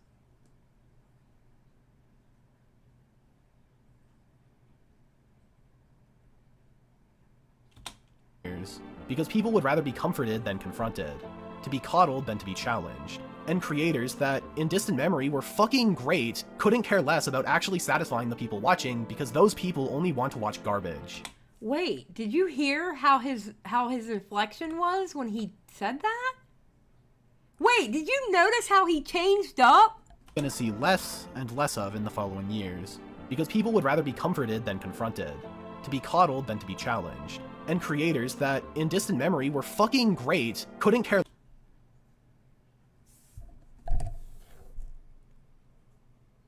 You are such a parasocial fan. You are literally a disgruntled fan. You literally made a whole ass video about slop content because it's in fashion right now, just to get at pyrocynical because you were a fan. This has got to be one of the saddest things I have ever seen in my entire life. You literally scripted out a video because your fifis are hurt. Oh my God. Lele, he is acting like an ex-girlfriend. Yes. Yes, he is. He's acting like an ex-girlfriend. 100%. Care less about actually satisfying the people watching because those people only want to watch garbage.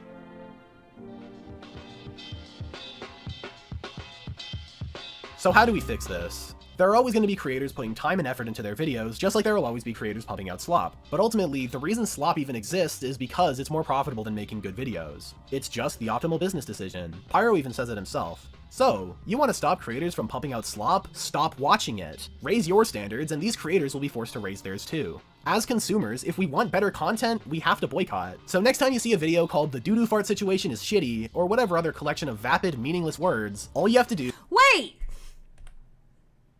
They were able to put that in their title? What is going on with YouTube? Y'all are allowing the F word. Y'all are allowing people to put, no. Was it fuck? That you were allowed to put in, super chats now? But you could put shitty in a title? I'm sorry. I noticed it and I was like, hold on, wait a minute. When were you able to do that? Oh, I think it's fake?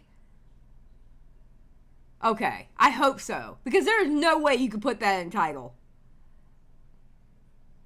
Okay, makes sense then. I was like, hold on, that makes no goddamn sense. Video called the doo-doo fart situation is shitty, or whatever other collection of vapid, meaningless words, all you have to do is hit the 3 dots and press do not recommend channel. Over time, you'll start to notice the algorithm giving you better and better content. Actual artistic works people put effort into producing. Now, for some of the more devoted slop watchers that watch their daily slop to stay up to date on internet drama, I actually have a solution that will not only keep you updated, but also save you time. I may be the first person to ever actually say this, but go on Twitter! If you're looking for a platform full of negativity, Twitter's the perfect place for you. Like with shorts, I find it so funny that people will actively talk about how horrible Twitter is, yet they'll go on to watch garbage YouTube content with information taken from Twitter. After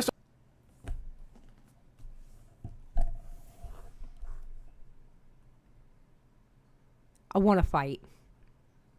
I want to fight. I literally want to fight. This kid, bro. This kid sucks. This kid literally sucks. started using the site more frequently, I noticed a dramatic decrease in the amount of Moist Critical and Pyro Live I watched, because the main source these aggregators pull from is just the Twitter trending tab. Yes, because not everybody has Twitter! So what do? They talk about it on their YouTube! What the? Oh my god! Wait, so we're not allowed to, like, talk about the news of the internet? What? What the? Get off your fucking high horse. Literally, get off your fucking high horse. You are a little piece of shit. Oh my god. 5 minutes a day keeps the sloppers away. If you don't want to go on Twitter, which honestly is kind of valid, another alternative is to watch self-aware slop tubers. Channels like Chad Cat and Dolan Darkest are channels that deliver the information without wasting 20 minutes of your life. Obviously, they tend to miss some of the finer details and nuances, but if you want the full picture, obviously you wouldn't watch aggregators to begin with. You would just watch the videos they're taking the information from. So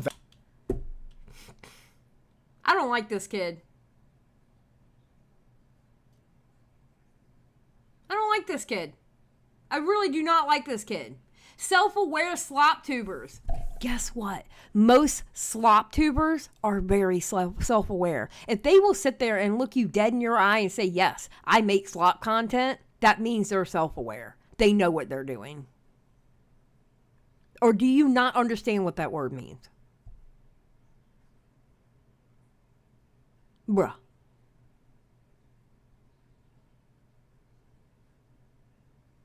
Spacefish, yes. Didn't he just complain that Pyro was self-aware? Yes. Yes, he did. Yes, he did. He literally just complained that Pyro was self-aware that he makes slop content.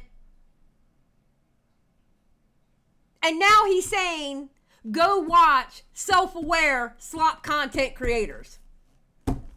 Like what? I don't know why this video needed 7 parts, but we're about to watch the last one. That's the slop economy. While I'd love to believe it's possible for the pendulum to swing back the other way to people preferring creative ventures and high-effort, well-thought-out projects, I think the most realistic scenario is that this is just the modern landscape we live in now. At times, it feels all-encompassing. And even if this boycott actually causes any sort of effect, which I don't really think it will, even if every human creator completely moved on from slop, there's also the constant oversaturation of AI slop that's only getting more and more common. Okay, I do agree with that. I do agree about the AI shit. Because the AI shit, there's people who are literally stealing other creators' videos. As in, they take everything that creator said in a video and then making it AI and making a video out of it. Now that right there is just flat out stealing.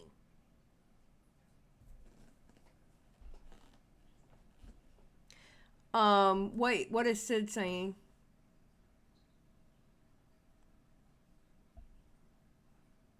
He ain't getting the pass like Raimundo. True. True. He's not getting the same pass because Ray was cool. Yeah, exactly, Chris. The AI shit is something that people need an actual video on. I agree. Because they are literally, I have seen videos where, without a crystal ball, it was a video on, what do you call it? My Sister Wives, right? And she had made a little quip about like her family or her kid or something. And then all of a sudden, as soon as, because I had autoplay on, it went to another video and I was like, oh, another Sister Wives video. Okay, I'll watch it. And it literally was the exact same thing she said, word for word in that video. They literally took what was in her transcript and put it to AI and made a video out of it. Even the quip about her kid. They just literally copy and pasted every single word she said. Yeah, so those are 100% a problem because they are literally stealing from people.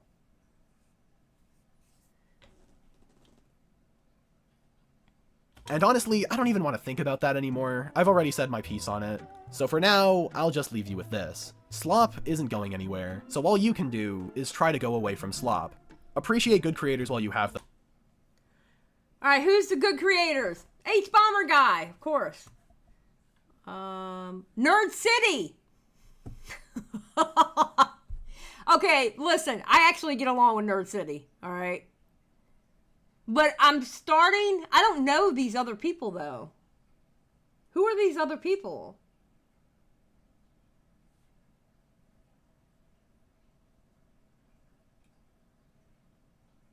I don't know these other people. Huh. Okay. Them, lest you let them be part of the ever-consuming YouTube slop economy. I will be honest, I really do hate slop. I really do hate slop. Guess what, kid? Guess what? We're not going anywhere. You know why? People love drama. People love drama. People love reactionary live streams because they get to hear us talk shit.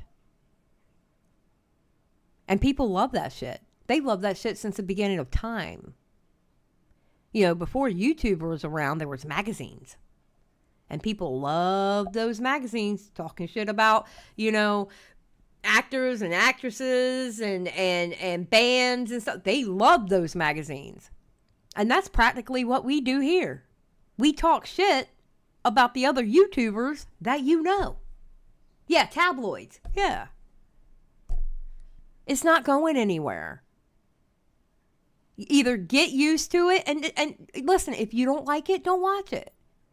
But don't you dare point your finger and look down at people who do it. Fuck you. Who the fuck do you think you are?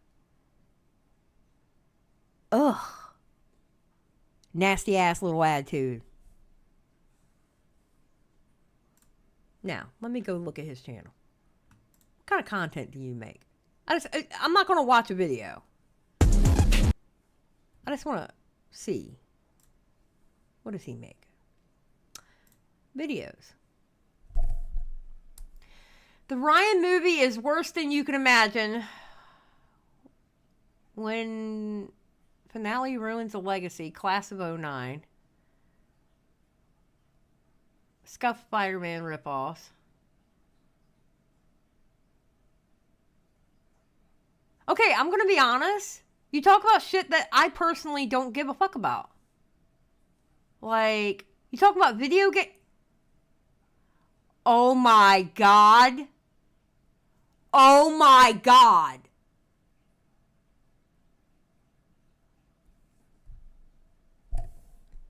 He's making videos like how Pyro used to make videos. He's doing like game reviews. I guess that's an anime review or something like that.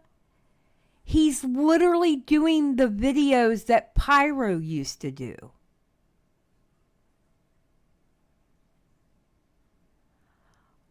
Oh my God. You are a disgruntled fan of Pyrocynical. Holy crap. We cracked the case.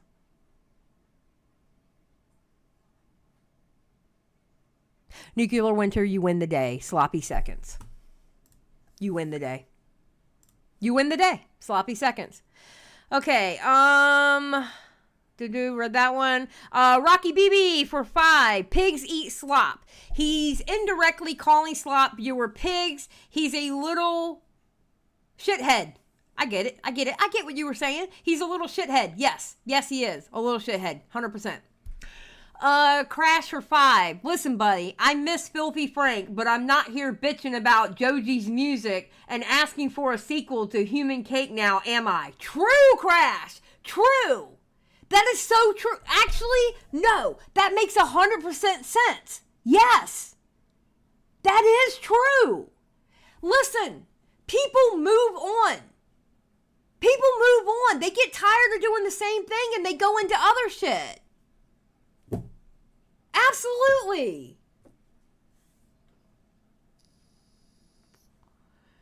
Like, bro. And I don't know. It's like everybody's mad. Do you notice they all put Pyrocynical in their videos? All these slop content videos, they put Pyrocynical in it.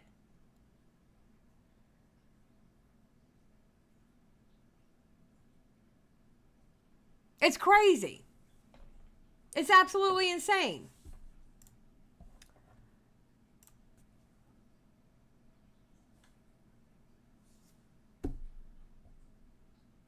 All right. Hopefully that's... Okay, Lerix, I swear to God. If you sit here and bitch and complain about slop content, I am personally going to call you out. Because you make slop content too.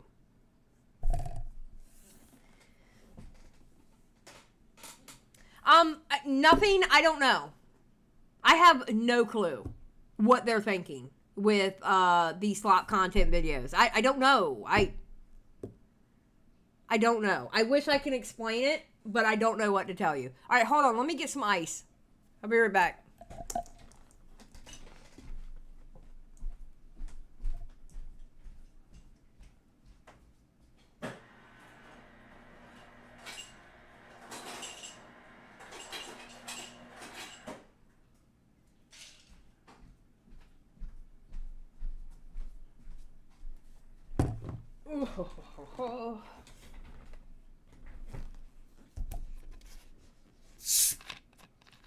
I want to save Lerix's NSYNC haircut.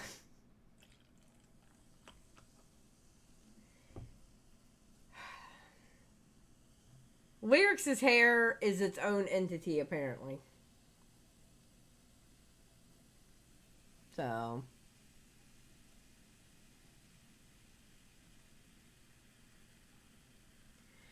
Crash says, honestly, I thought Cheeto and Lerix were grown in the same test tube in Augie's basement.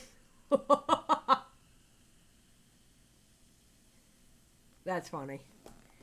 Alright. Drink is poured.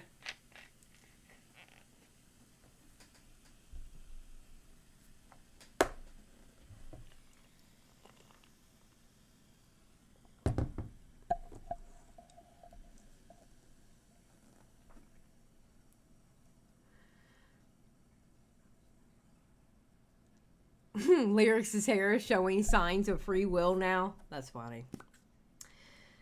Alright, guys. Do we want to watch this video? We're going to watch it. I'm going to put it at 1.5. Alright. Put a 1 in the chat if you're ready for this Lerix video. I really wanted to go live at noon today.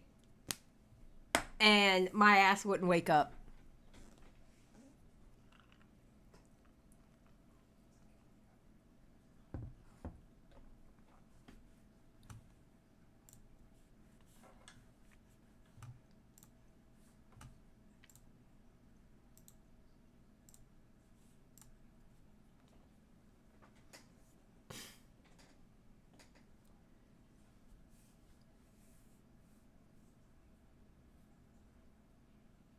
I've seen the vid. It's pretty good. Okay, cool. I'm happy. Hopefully. All right, let's get started.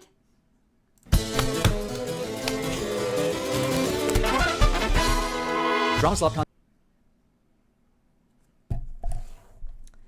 Okay. Can we not? Can we not? I'm only 7 seconds in. Can we not? That is gross. Okay?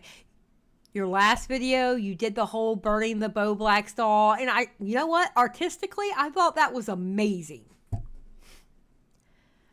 But did we have to do this gross shit right here? You couldn't think of anything else to do besides this gross shit?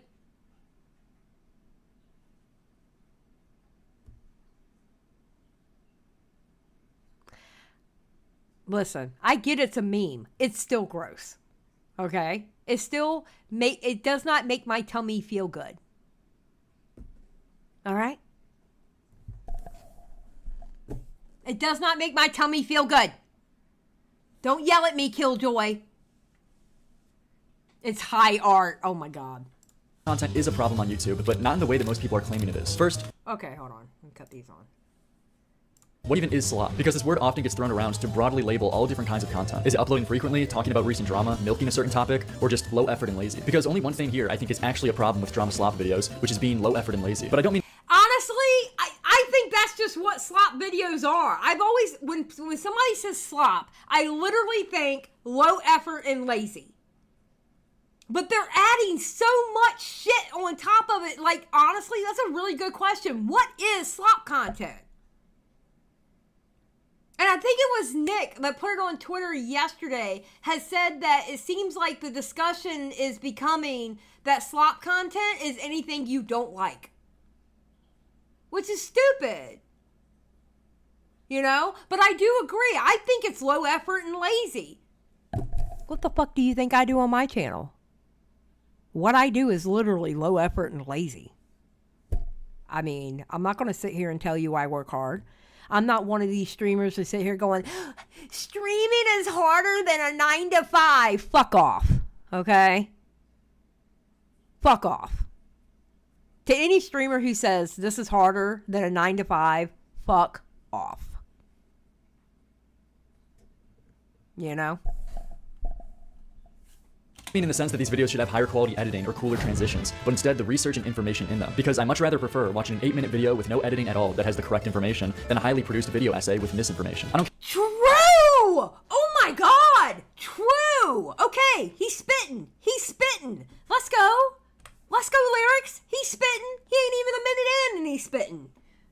prefer watching an 8-minute video with no editing at all that has the correct information than a highly produced video essay with misinformation. I don't care about channels that upload daily that just serve to recap the drama of another person's video. There's clearly an audience who enjoys it, and sure, certain factors can be annoying, like when they purposely stretch out their videos to unnecessarily long lengths for more watch time, or have the same meme titles and thumbnails, but all these critiques pale in comparison to the core problem with the drama slop content mill, to the extent where I don't really think it's a big deal to bring up as a valid point at all, especially when there is a disease that affects a bunch of these channels that I call the daily topic commentator disorder, that Okay, I feel like Lerix is going to be spitting in this video. Because I think there is a slop content problem, but I think the problem is shit that nobody else is talking about. It's the problem of you go too fast to put the video up and you miss key important details, and what you end up putting out is misinformation. You know? Yeah. Yeah, his title is on point. The drama slop epidemic. False allegations, misinformation, and slander. Yes! That's the problem with slop content right there. That is slop content. 100%.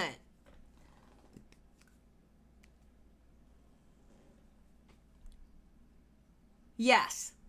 Prioritizes their views, ad revenue, and algorithm success above getting the stories that they are covering correct. Very similar to the normal news cycle, as soon as a new drama or story drops, the first one to get to the topic is rewarded with more views and a good chance to get in the algorithm. And the faster you are, the higher that chance increases for you to blow up your content mill channel and earn thousands of dollars. But the problem with having such a huge incentive for being first to the story is that you have these channels tripping over themselves to throw out a video as fast as possible with little consideration of even getting the story right. And this becomes a huge problem when these are the same people covering serious allegations that impact people's lives. It would be Okay, you know what? Lerix is spitting so much, I want to go down to 125.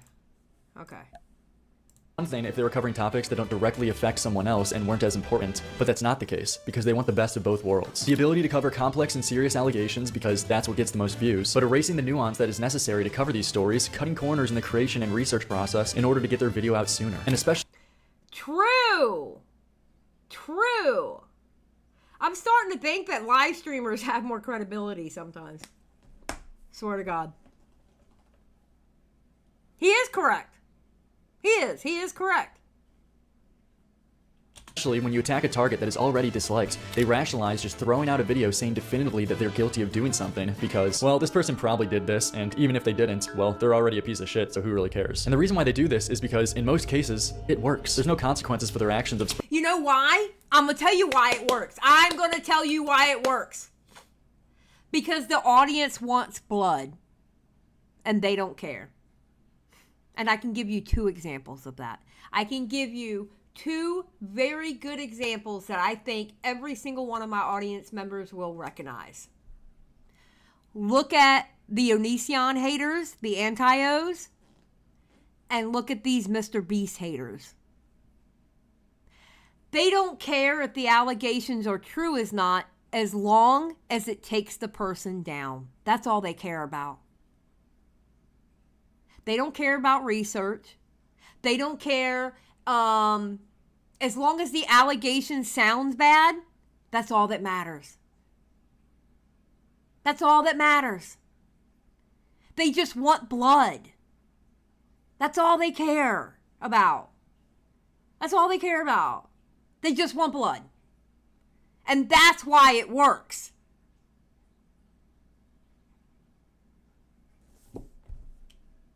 Spreading misinformation because the average casual YouTube drama viewer doesn't really care either. If their shot in the dark ends up being right, they got the benefit of putting out the video fast, and even if it's wrong, well, who cares since it's already an unpopular figure. Leading to the first example of this. Yep, she took her lack of talent right to the YouTube headquarters here to strike a channel because it hurt her feelings. A few months ago, 1 million subscriber YouTuber One Giant Onion made a video called "My YouTube Channel Might Get Banned," saying Sniper Wolf copyright struck down a video of his called "Watching Sniper Wolf Until I Laugh," which was 3 hours of him doing exactly that, just not laughing as a meme. It turns out that I actually received a copyright strike from Sniper Wolf. She took down one of my videos called "Watching Sniper Wolf Until I Laugh." He goes on. I'm gonna be honest though. That little kid, ugh. Kristen Art coming in here talking about stuff that has nothing to do with what I'm watching with. I'm in active negotiations for the group chat logs. What group chat logs, Chris? What group chat logs? Come on, Derailio. Come on, Derailio wannabe. What group chat logs?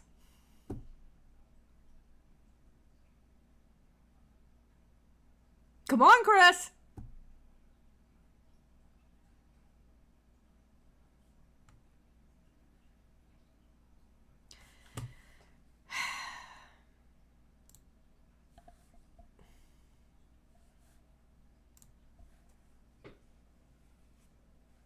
He's not getting those Mr. Beast logs.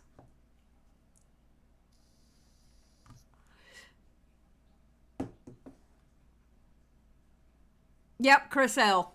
Chris L.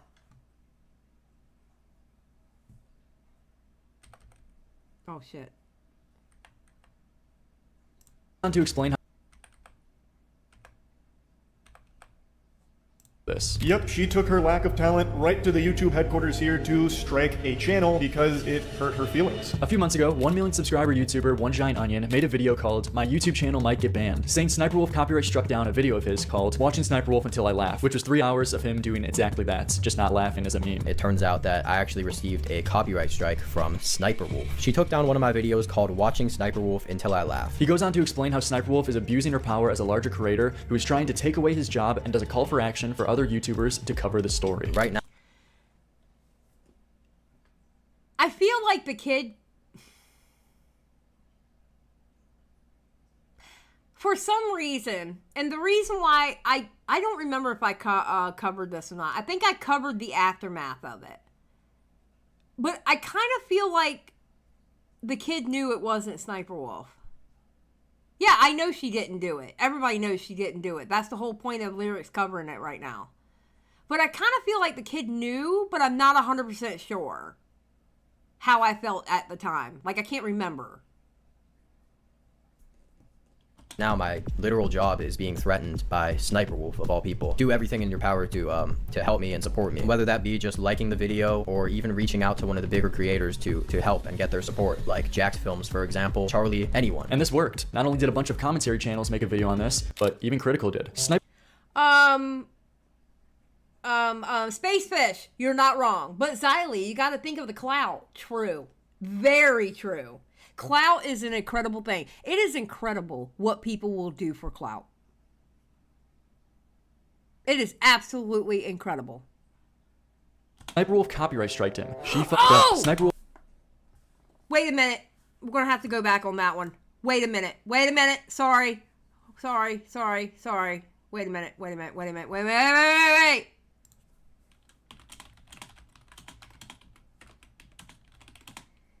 I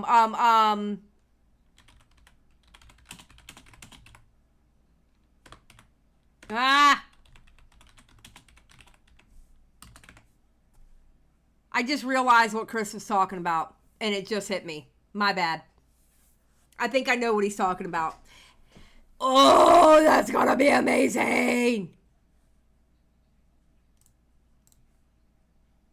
Oh my god. That will be absolutely amazing if he pulls it off, if it's what I think he's talking about. It just hit me. It literally just hit me. Wolf crossed the line.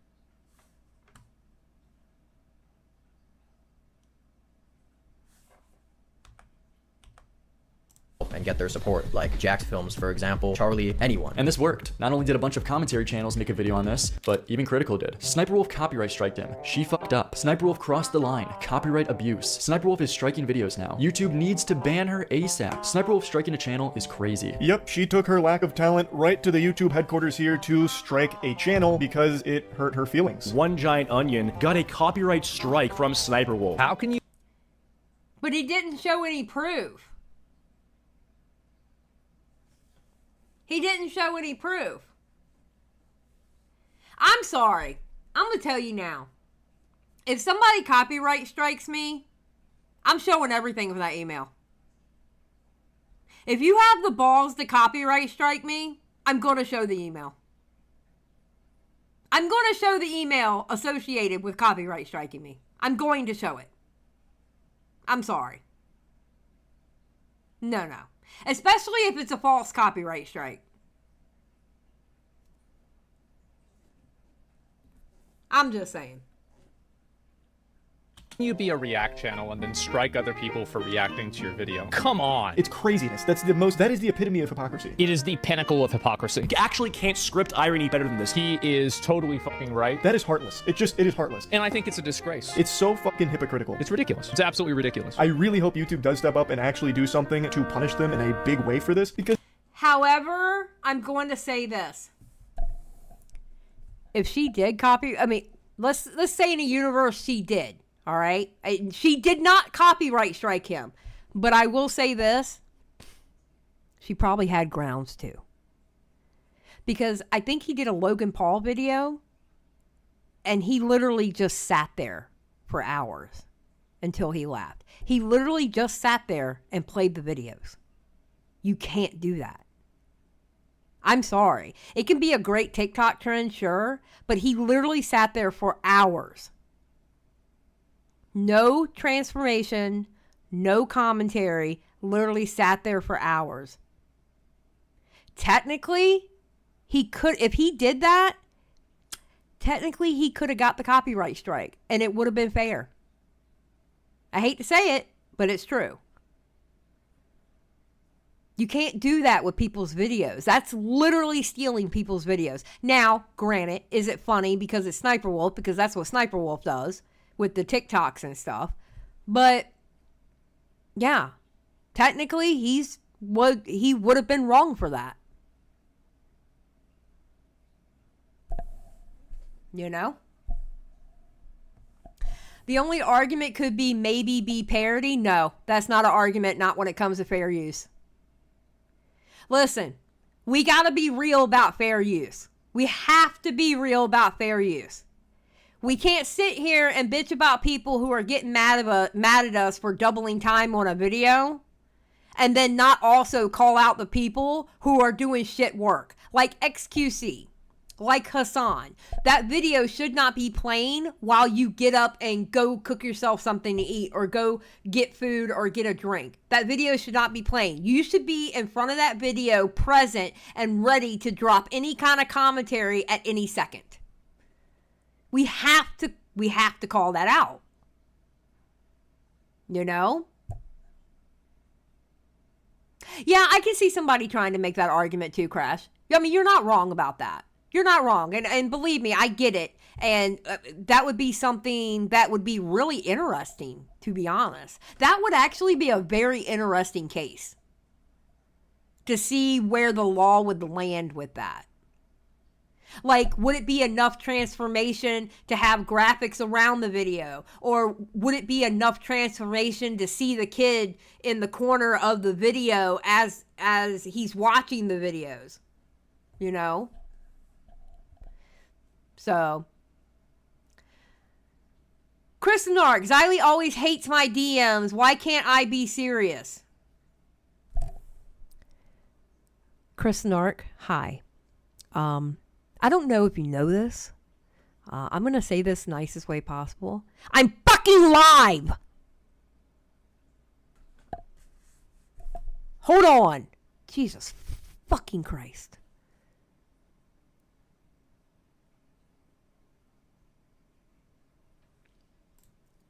Chris, if you ever in your fucking life send me a goddamn string of messages like that ever again, not only will our friendship be over, but remember, I know where you live.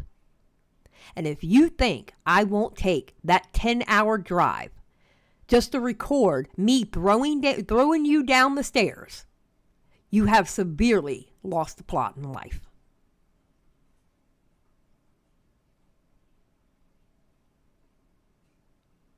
And if you do get said thing that you're trying to get, you better fucking hand them over to me. After you're done with them, of course. But because of what you put into my DMs, you better give them to me. You owe me that much. Okay. That's all that matters then. The biggest deal anyone's ever seen. All right, you happy?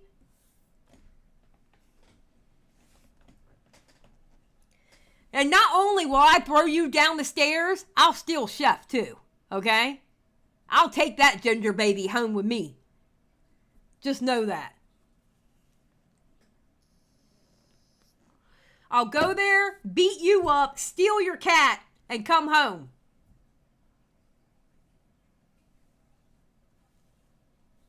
Just saying. Okay, now, Chris Snart, can I continue my live stream? Because I would like to get over here, get off of here, you know? I have housewife stuff to do. Xylie pulling the mom card. I am pulling the mom card. God damn it. Maybe. Chris, I'll hide your ass. I don't give a fuck. Okay? Listen, Chris Snark, you're not a bigger channel than me yet. Okay? It's going to happen. I already know it's going to happen, but you ain't there yet, buddy. Okay? You ain't there yet. So don't pick a fight. What did Cam Nuggets say? Don't pick a fight with a channel that's bigger than you? Isn't that what Cam Nuggets said? The great poet of our time, Cam Nuggets? Don't pick a fight with a channel that's bigger than you.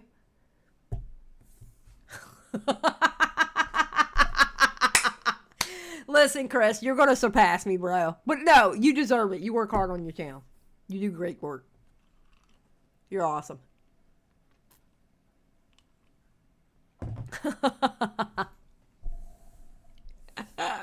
I love me some Chris. This can't be allowed to continue. It's ridiculous. But she didn't. She didn't do it. Someone impersonating Sniper Wolf filed the strike, and she got framed for it. All these channels just reported on One Giant Onion's word as fact that he got struck by her, despite even in his video, he blurred out who the content was removed by and the content used. None of them... Okay, and that was the weirdest... Okay, I remember now. I freaking remember. I remember when I saw that on Twitter.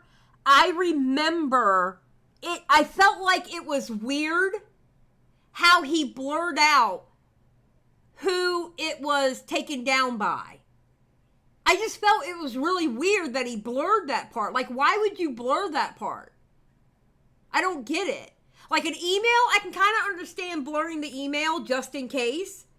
But why would you blur the part of who took it down? And then expect people to actually believe it. I just felt funny about it, and I didn't like cover it.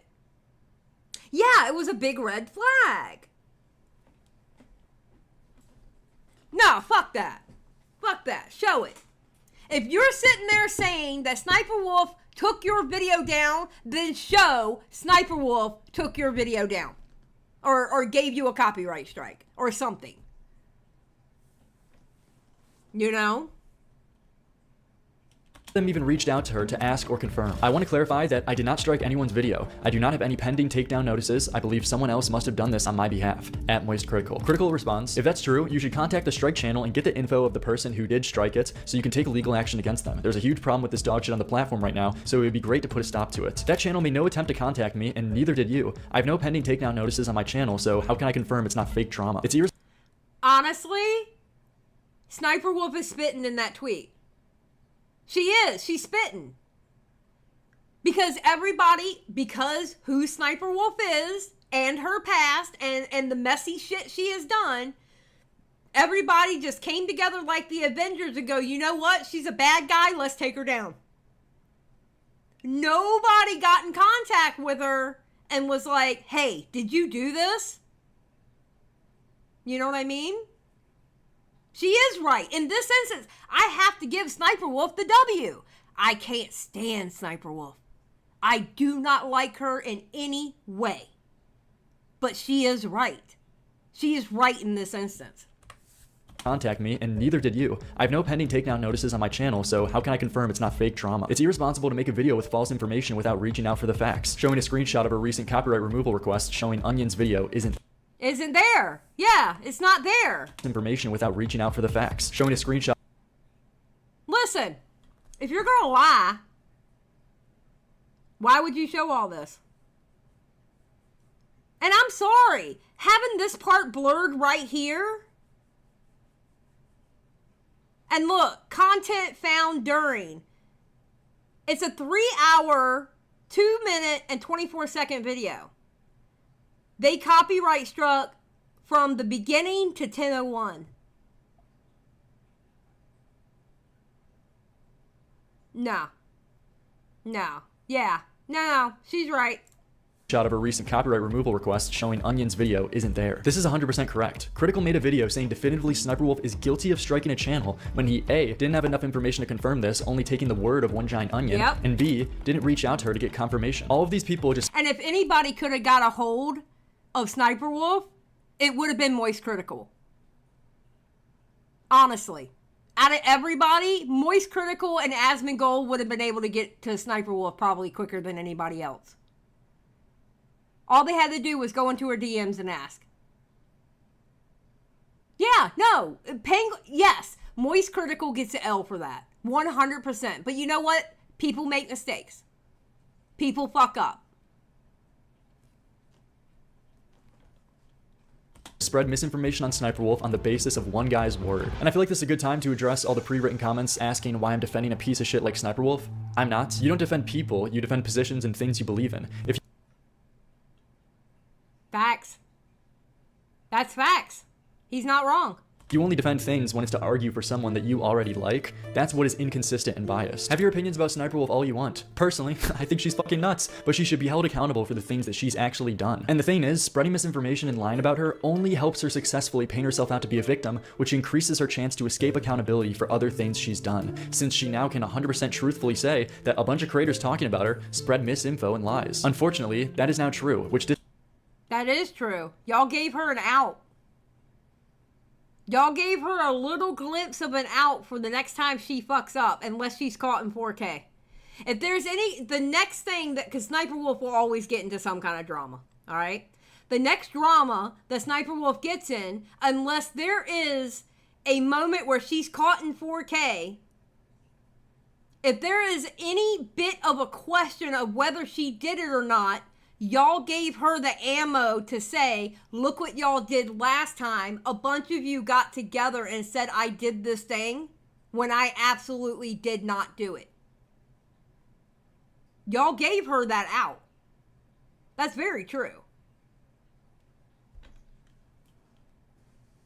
discredits these people and makes them look like unreliable narrators who can't be trusted to unbiasedly cover a story. So to everyone saying, who cares it's Sniperwolf, that is the exact reason that you should care, since it's Sniperwolf. Someone who has done criticizable things that deserves to be held accountable for. So just how, if you want to ensure someone gets charged for a crime, you don't want to fuck up the case against her by including lies and giving her any wiggle room to help her defense. And Sniperwolf is just a good point. Very, very good point. An example I'm highlighting right now, but this type of problem happens in nearly every situation, where someone overstates a claim and as a result weakens their case against the target that they're trying to hold accountable. Yes, Mr. Dog Shit. 100%. Mr. Dog Shit. Because he's dog shit. Dogpack admitting he has hurt real victims with his misreporting. True, but he got removed from the company anyway. Okay, well, I guess my problem at this point would be that you have messed up the case against James Warren bad and made him a victim of your false accusations, which will muddy up the water if there is a genuinely real evidence against him. You jeopardize the whole case with your recklessness and haste in your third video. True, but he got removed from the company anyway.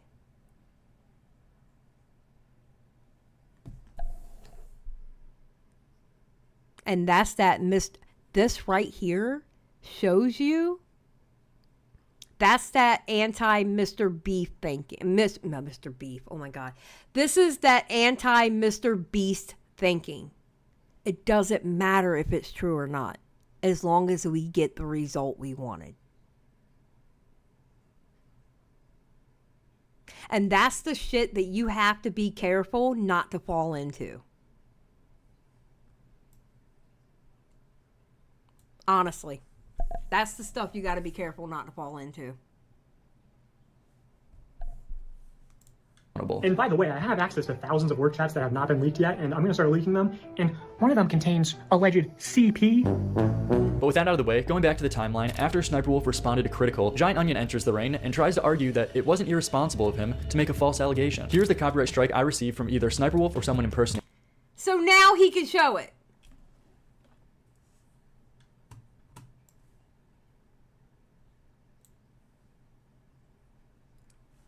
Content removed by Sniper Wolf Collab Company.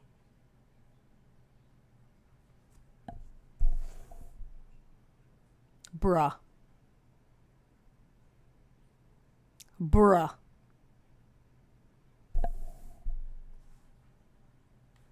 Oh my God.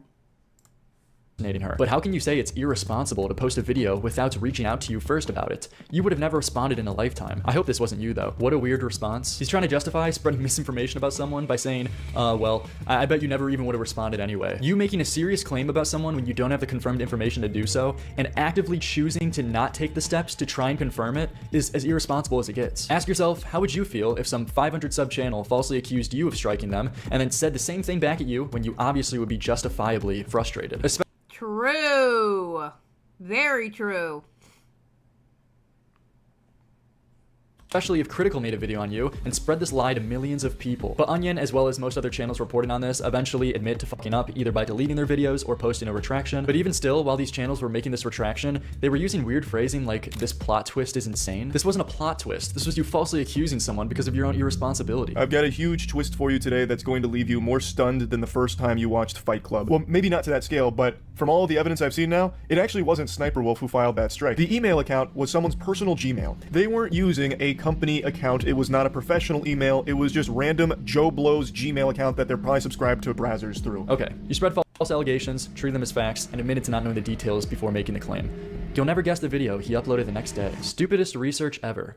Come on, man. You know what though? The silver lining is at least Critical apologized. He took the L. The way I look at it, Critical took the L. He took the old video down, and he took the L in this video. I mean, honestly, what more can you do? I'm not going to go into semantics on how he worded it. For me personally. I'm not doing it. He took the L, man. What else are you supposed to do? At least he took the video down. As soon as he found out, he took the video down and he made a video saying, hey, listen, I was wrong, and this is what it really was. I'm not going to get into the semantics about the plot twist or whatever. You know? Because, let's be honest, because of Sniper Wolf's own actions throughout the years, people were willing to believe that she did it. And it's because of her own actions. Remember, a broke clock is right twice a day. And this was one of her broke clock moments. And seemingly took accountability, which is more than I can say about 500k sub commentary YouTuber Cheeto. Let's go! Remember how I said most commentary channels either deleted their videos or posted a retraction? Well, Cheeto did neither, and his video was the worst of them all. Dude, it's fucking Sniper Wolf. Like, I don't know. Cheeto starts off his video. I find it amazing that everybody's gunning for it's either Pyrocynical or Cheeto right now. It is so funny to me. It is so funny to me. By saying minimal editing for today because he's on vacation. Hopefully that scrapped editing time was used on the research process. One Giant Onion got a copyright strike from Sniper Wolf. Cheeto, like many others, spread this misinfo as fact, but unlike most other channels, he lets the mask slip and outright says that he's not going to be charitable to her to get the story right. Feels so tactical and intentional, and you can't, I don't know, man, and plus it's Sniper Wolf, why would I be charitable? I'm not Mr. Beast, I'm not here to give you charity. He continues to even include her response of her saying that she didn't do it, and dismisses it entirely because, lol, it's Sniper Wolf, and she's bad. Now she goes over to Twitter to basically defend herself when she should have been calling Saul, saying, I want to clarify that I did not strike anyone's video. I do not have any pending takedown notices. I believe someone else must have done that on my behalf, question mark, at Moist Critical. Fuck you adding Moist Critical for? What do you want him to do? Pat you on the back and be like, oh, I'm sorry for the misunderstanding. I report. Wait, what? Wait, what? No, I didn't know he said all that. What? Wait, Wait, so he saw her say that? Hold on, I gotta blow my nose.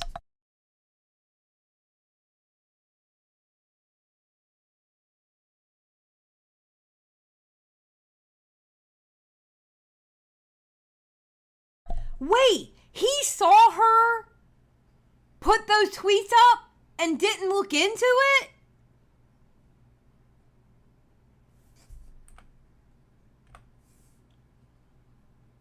Clarify that I did not strike anyone's video. I do not have any pending takedown notices. I believe someone else must have done that on my behalf, question mark, at Moist Critical. Fuck you adding Moist Critical for? What do you want him to do? Pat you on the back and be like, oh, sorry for the misunderstanding. I reported the news that that someone claiming to be you took down a video and it actually wasn't you. Okay, yeah, your tweet is complete evidence. Now, if you want to actually convince people of this, you can literally show your pending takedown notices, like provide the evidence that... Oh my God. You would need to provide to get people to believe what you're saying. She did. She did do that. She even did it the same hour of the tweet that you showed in... Oh my God! No! What? Oh my God, no! No! No fucking way!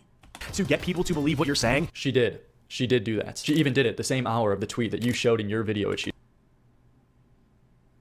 it was like 47-minute difference. Oh, it wasn't even a full hour. Oh, a Cheeto. You literally set yourself up.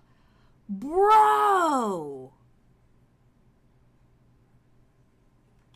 Cheeto. Did you just not see this or chose to intentionally leave this out? And this is the guy who's calling out other people for misinformation? Like, this is so insane. I just have to talk about this. She just spreads misinformation. Like, you literally spam the refresh key on, like, Twitter and TikTok to see if there's anything you can leech views off of. And, like, spread blatant misinformation about so you can just get it to 8 minutes. Like, listen, bro, maybe they just wanted to write a quick article to make some quick cash. But spreading misinformation, kinda cringe, bro. Like, this...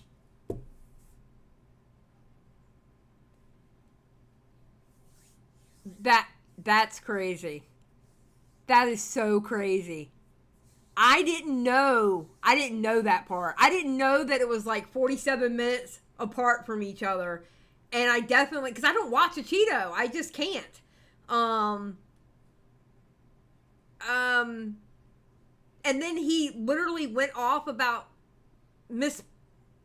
spreading misinformation when he read the one tweet. Oh my God. That's crazy. This is just fake. This is just misinformation. Buddy, that's just wrong. Spreading misinformation on the podium is crazy. He'll make false allegations and defame people. He's giving his take on allegations that he has zero clue as to whether or not they're true or false. That's like a little bit of, like, defamation.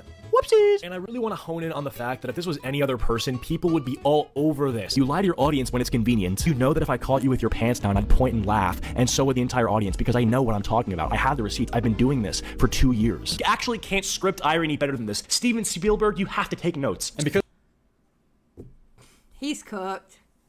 He's cooked. Oh my God. Throw him in the pan. He's cooked. Because Cheeto hadn't put out any retractment or anything and just kept this video up, I had a conversation with him about it on stream, not trying to aggressively gotcha him or anything. I debatably was too passive and easy on him, but Cheeto gave some responses that were so bad, I couldn't have predicted. Oh no, I just want to quickly ask you about something. Do you like the Sniper Wolf video? She ruined what was left. I did.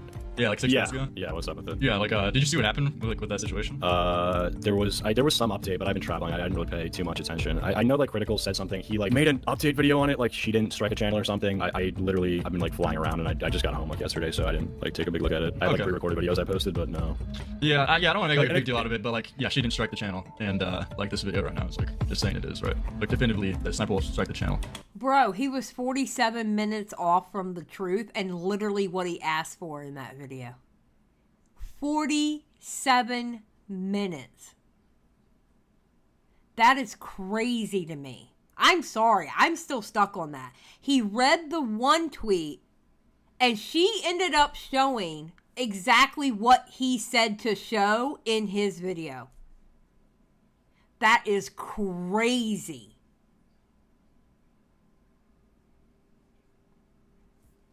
Oh my, and posted a video after it was up. True, Diggy. True. Oh my God. Right. Yeah. Yeah, it's wrong. Then that information isn't correct. Yeah, that's all. It wasn't really a big deal, but like, you probably want to take that down, right? At this point of the conversation, it should have just ended with Cheeto saying, "Oh shit, okay, my bad. This is a pretty bad look. I'll take the L here and either private or enlist the video."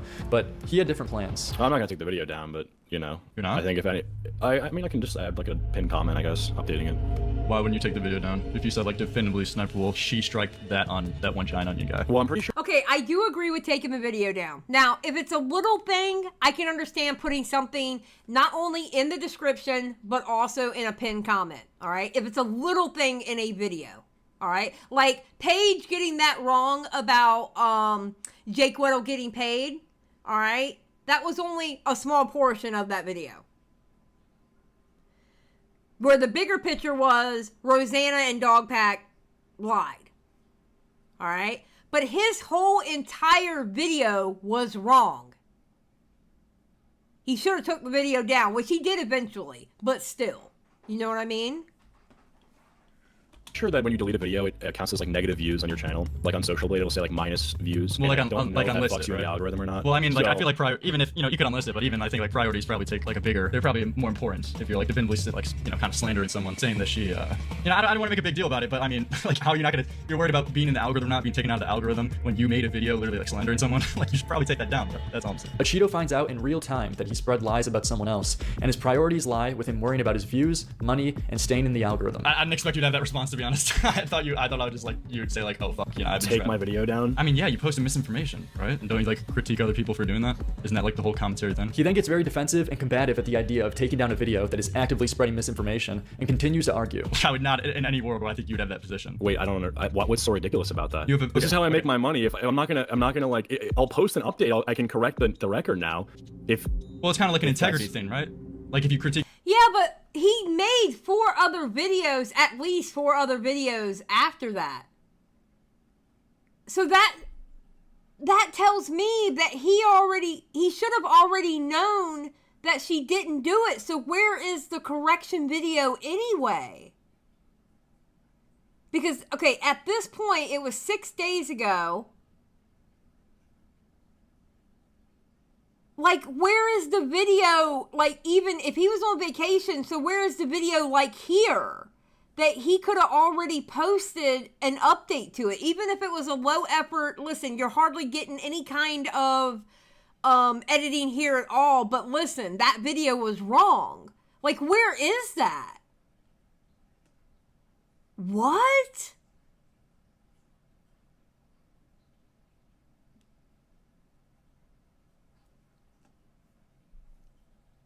That's crazy.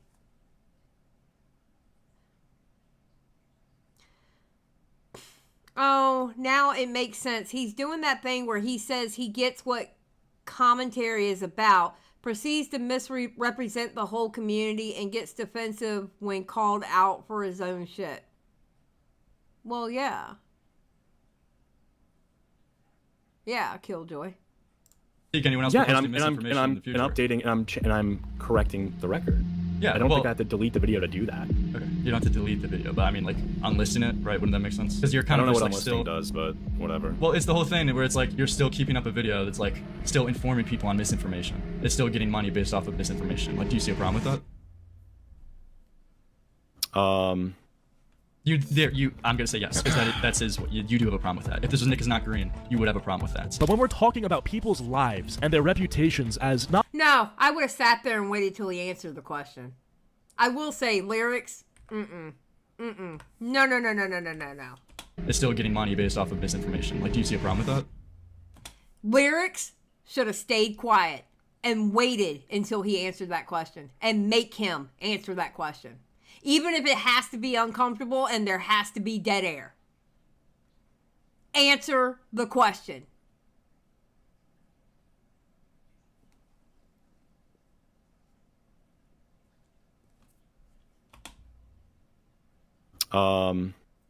I'm gonna say yes, because that says what you do have a problem with that. If this was Nick is not Korean, you would have a problem with that. But when we're talking about people's lives and their reputations as not only creators on the internet, but as human beings that are seen by hundreds of thousands of people, you should be expected to verify things that your friend is saying. Maybe you should have looked at all the facts before making a video. Maybe. Oh my God, he's getting eat up by his own words. Holy shit. Holy shit. You should have heard multiple perspectives. I just laid out the story. I let people draw their own conclusion. That's what you have to do with allegations, because unless you're 100% sure of something, it's kind of just whether or not you're going to get lucky or not. If you're going to say a guy's 100% innocent or 100% guilty, it could look really bad when it doesn't go that way. As I stated earlier, and as you could tell from the beginning of this conversation, I didn't walk into this trying to take down a Cheeto. So at this point in the conversation, I felt like I got my main points across to him that I disagreed with him on, so I tried to wrap it up a little, but Cheeto wants to continue. He keeps on digging, saying that he feels it's unjust that I said this is a hit to his integrity. But hey man, that was... No, it's not. No, Lerix was right in this situation. What do you mean? That's your pride talking. Don't let your pride take over. Basically all. That's all I got. I didn't want to make this a big thing. Okay, I mean, you come at me, you're like, dude, delete this video. Do you not know what happened? Dude, it's not. I'm not like mad. It's not like a big thing. It's not a big deal. I just didn't expect that. I don't know, man. But you're coming here. You're even coming in here with this whole thing of like integrity and all this fucking shit. Like, dude, you gotta like dial it down a little bit. What was wrong? What was wrong with what I said? That I don't have integrity or something because of a video I posted. Yeah, I think this is a hit to your integrity. You made a video critiquing Sniper Wolf for something, saying definitively she struck a channel. There was not enough information yet to say that she definitively struck a channel. Well, the dude. So that is a hit to your credibility already. And on top of it, if you saying that you don't want to take down the video just because it would be a hit to the algorithm for you, even further hits your credibility. That's my argument. Like what? Yeah, because you care more about the money than you do the truth. That's when you're saying you're not going to take it down because of the algorithm, you're literally saying that the money is more important to me than the truth. Then I'm sorry, your integrity has to be questioned at that point. There's no other way around it. Your integrity has to be questioned at that point. He did, Rod. You're not wrong.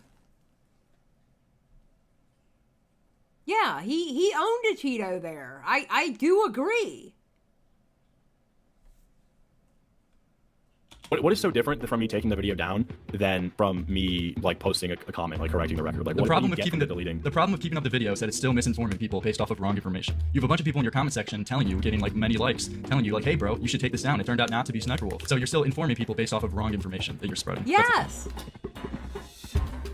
It's like, what's wrong? You're like telling me what's wrong with like keeping my lie up, or like spreading misinformation up. Like, right. Well, if they can read if they can see the comment, then I feel like it's undoes that, right? Like if they see the video and the comment. If they see the comment, he continues to hinge his whole argument on the fact that a pinned comment update is a good enough of a retraction for his entire video being wrong. But the problem with this is that A, there are some viewers that just never go to the comment section, and B, you've already spread lies to 73,000 people who watched it. And yeah, see, it's not like it's a small part of the video. It's not like it's a small part of the video. It's the entire video, even down to the point of you saying if you want people to believe you, you need to show your strike history. And she even did that 47 minutes after the very tweet you read in your video. It's almost like, no, there's no way that happened. Yeah, no. That her tweet was already there when you uploaded your video. It had to have been. It's the whole entire video. It's not a small section that you got wrong, something that's not consequential, you know? But, bro. and they aren't going to go back to a video that they already saw. So the people that he already misinformed will never even see the retraction comments. If you spread false shit about someone to your audience, I think you should try and do the most you can to remedy this mistake and re-inform those same people to the best of your ability by saying, hey, this what I told you was wrong. Especially as a commentator who wants people to take their opinion seriously and calls out other people for the same thing. Yeah. But it's clear that that's not where Cheeto's priorities lie. He's suggesting doing a pinned comment to try and get away with doing the bare minimum. Like, you're not gonna like unlist it? Like, you wouldn't even unlist the video? Like spreading misinformation? I mean, I'll have to see if like what that does, but I mean, if that... Bro, I think that's a hit to your integrity. You're openly... I agree. I agree with Lerix here. I mean, I'll have to see if like what that does, but I mean, if that... Bro, I think that's a hit to your integrity. You're openly telling me right now you posted a video that is misinformation and you won't even take it down. I understand that, but I'm saying like if they were to click on the video, like they would see the comment, the pinned comment. It shows on mobile the pinned comment. Yeah, sure, but I mean, why even like play this game where it's like, oh, don't worry, I won't take my Because video you're down. asking me to I'm just potentially going to risk money. If that's what you're asking. That's what you're asking. Bro. That one video is not going to knock you out of the algorithm to the point where you won't make money. Are you kidding me? What? What? That is bad. That's very bad. Oh, so you're basically just saying like money's more important than integrity. Why would you just say that? That's what I said. That's what I definitely just said, yeah. That is what he just said. Because you're asking me to... Wow. Bro. I'm just going to risk money. I continue to bring up these points to him in the call, and he just doesn't take the L until he fully lets the mask slip. But what's so different between me leaving a comment saying, hey, there's some info in this video that's incorrect, versus me deleting the video? It's not some info. It's the entire video, Achito. Your entire video is wrong. It's not like some info. The entire video is wrong. What? You know why he doesn't want to take it down? In the past 1, 2, 3, 4, 5 videos, it's the third highest viewed. Yeah, take it down. Yeah, what are you doing, bro? Just take it down. People may not see the comments. Some people may will, but why even risk that game when you're like supposed to be a commentary channel that your voice is built off of integrity? Like people watch you. I don't think unlistening to the video ever hurts you. But even on the assumption of that, your integrity takes priority. People watch you for your opinion on certain and topics. I'm telling you I can do something. Hold on. People watch you for your opinion on topics and hopefully to use you as a trustworthy source. And this is you like right now saying, I'm prioritizing my algorithm and my money as opposed to misinformation. The thing is too, when I saw the Charlie video, it's like, am I rushing to run defense on Sniper Wolf? Like this is a person who is lucky to even be on YouTube, you understand? Wait. That has nothing to do with the fact that your video is a complete false allegation. That has nothing to do with whether she's a good person or a bad person. The entire video was wrong. The entire video was false information. It doesn't matter what kind of piece of shit Sniper Wolf is, because we all know Sniper Wolf is a piece of shit. That's okay. We understand that part. But this was still false information. Can you explain that point? Can you flesh out that point? What do you mean? Are you rushing to defend Sniper Wolf? You don't defend people, you defend like positions and like arguments. What do you mean? Am I rushing to run defense for Sniper Wolf?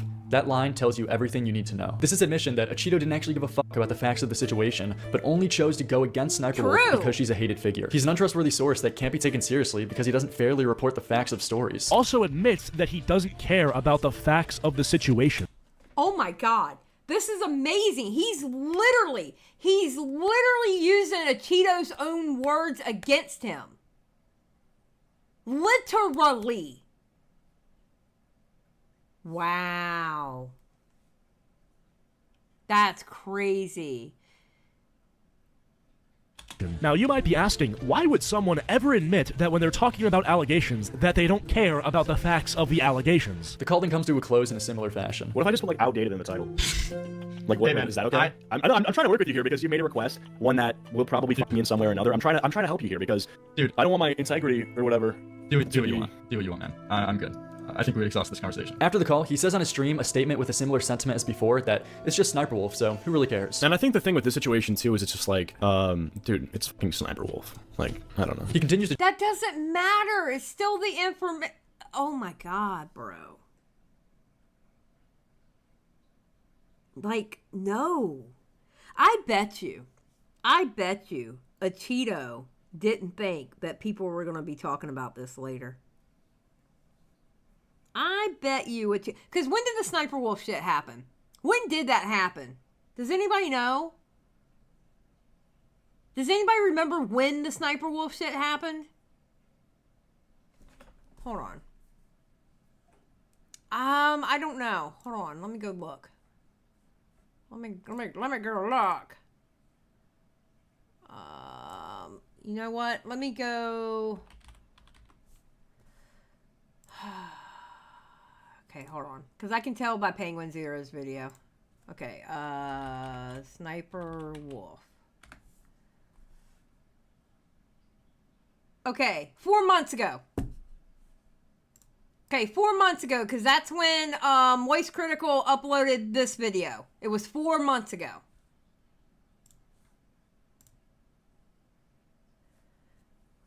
I bet you he didn't think people were going to talk about this months later. I bet you he didn't. It does feel like a year ago. So much has happened in this year. A month literally feels like a year. To justify by saying it's not that big of a deal to spread misinfo to 3% of his audience if it means fucking up his revenue. How much more misinformation is actually stopped by me deleting it from me doing everything I just did? Maybe like what, 2%, 3%? Is that 3% worth like potentially fucking up my rev? Nope. 3%? No. You can say, bro, if you think my integrity is bad because I'm ignoring a 3% difference for my own benefit, then that's just on you. He's literally coping. This is why I wanted Nick's VOD, and I was begging Nick forever for that VOD of him going through this on his live stream, because I didn't know all this part. Because I didn't watch Lerix's stream. I just heard that it happened. And I saw like clips of him and a Cheeto talking.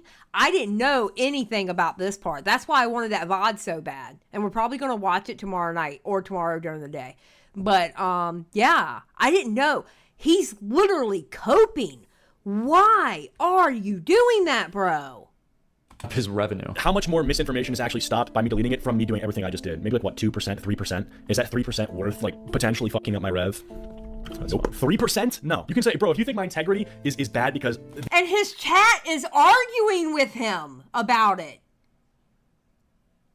I'm ignoring a 3% difference for my own benefit, then that's just on you. This is less about a specific number thing, but more about an integrity standard that you should uphold if you're a commentator who calls out other people on the same things. It's so weird. He keeps talking as if he shouldn't face any consequences for slandering someone. It's like he fails to recognize this as a fuck up on his end. There's just no shame involved here. This is just like this is kind of random, but I don't... Okay. Is this a big hit on my credibility? I don't know.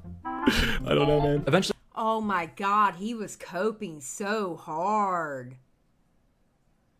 Oh, a Cheeto, bro, no.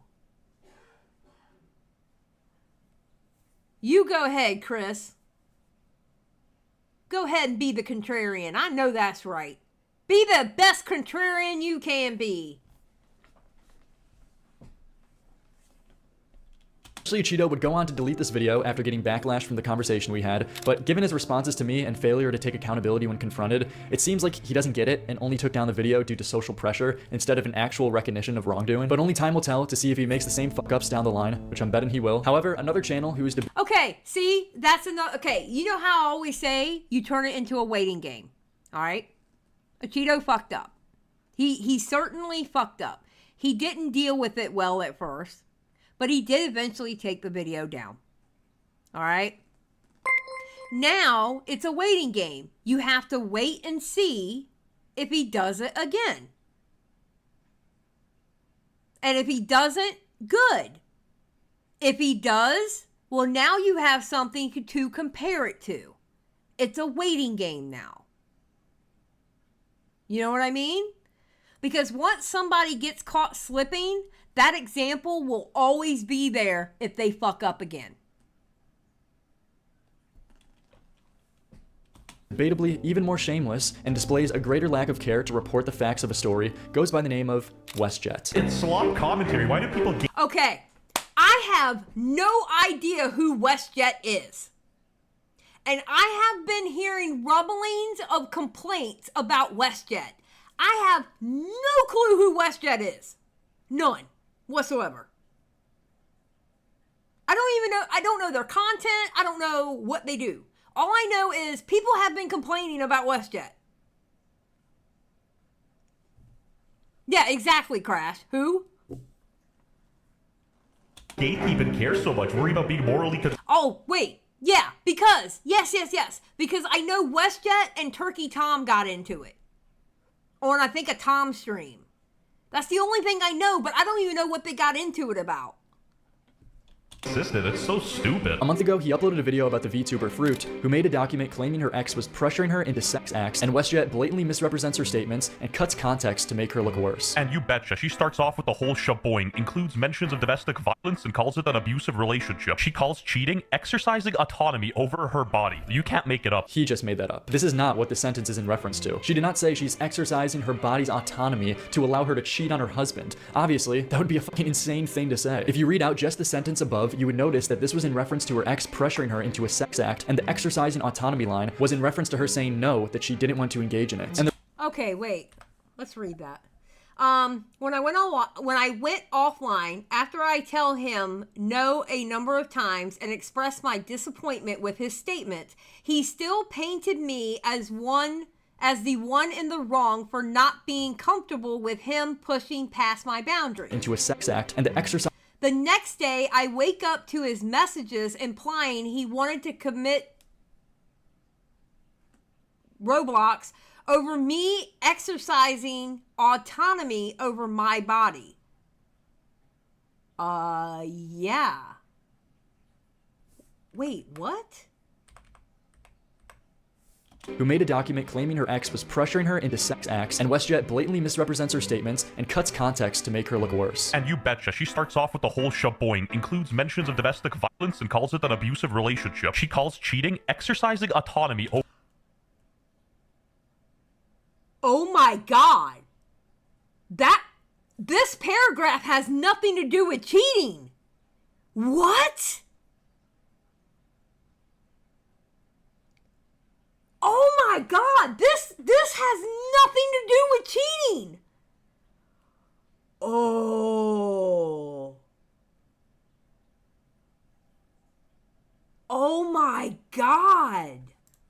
Over her body. You can't make it up. He just made that up. This is not what the sentence is in reference to. She did not say she's exercising her body's autonomy to allow her to cheat on her husband. Obviously, that would be a fucking insane thing to say. If you read out just the sentence above, you would notice that this was in reference to her ex pressuring her into a sex act. And even if you read my ex was adamant on trying a form of activity, I constantly said no. Even when he made jokes about it, I was still serious in saying no. He didn't respect my decision. I mean, that's the whole context of this. That top paragraph is the whole context to this.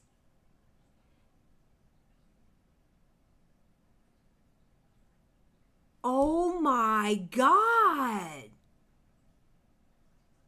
And Cyber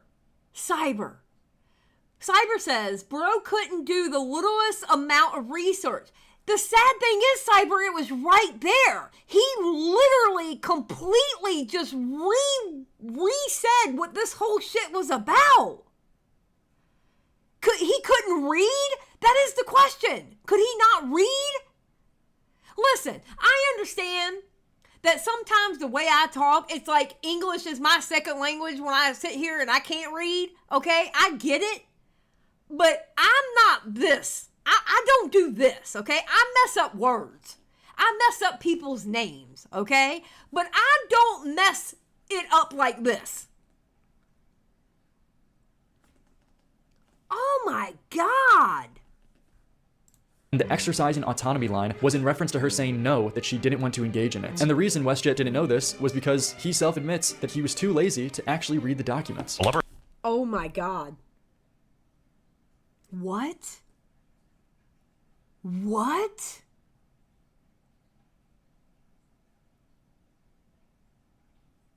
Oh my God. It's like dealing with Jar all over again. Jar and Kumo and his merry band of a support group. Oh my God. What is wrong with you people? If you're going to make a video about a document, or you're going to stick up for somebody who wrote a document, it's simple. Read the fucking document.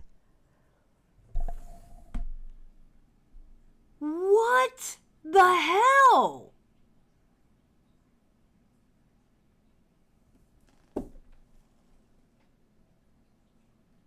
Bro. Or hate Asmongold, he's cooking because 90 pages, bro, ain't nobody got time for that. Ain't nobody got time for that. Ain't nobody got time for. Then don't make a video on it then. Don't make a video on it. If you're not going to read the document, then don't make a video on it. Period. Don't do it. Just skip that topic and go on to something else. And listen, I get it. You don't want to read 90 pages. I absolutely get it. I have skipped dramas because I wasn't going to read that document. I'm going to let somebody else do it. I ain't doing it. But if you're not going to read it, then don't make a video on it.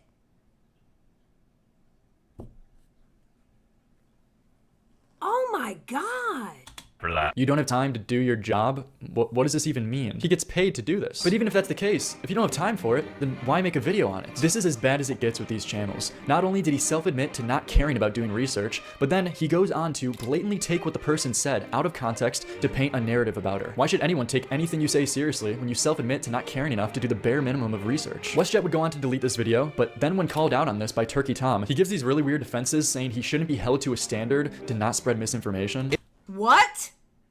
Okay, so this goes into what I heard. I heard that him and Tom got into it, but I didn't watch it.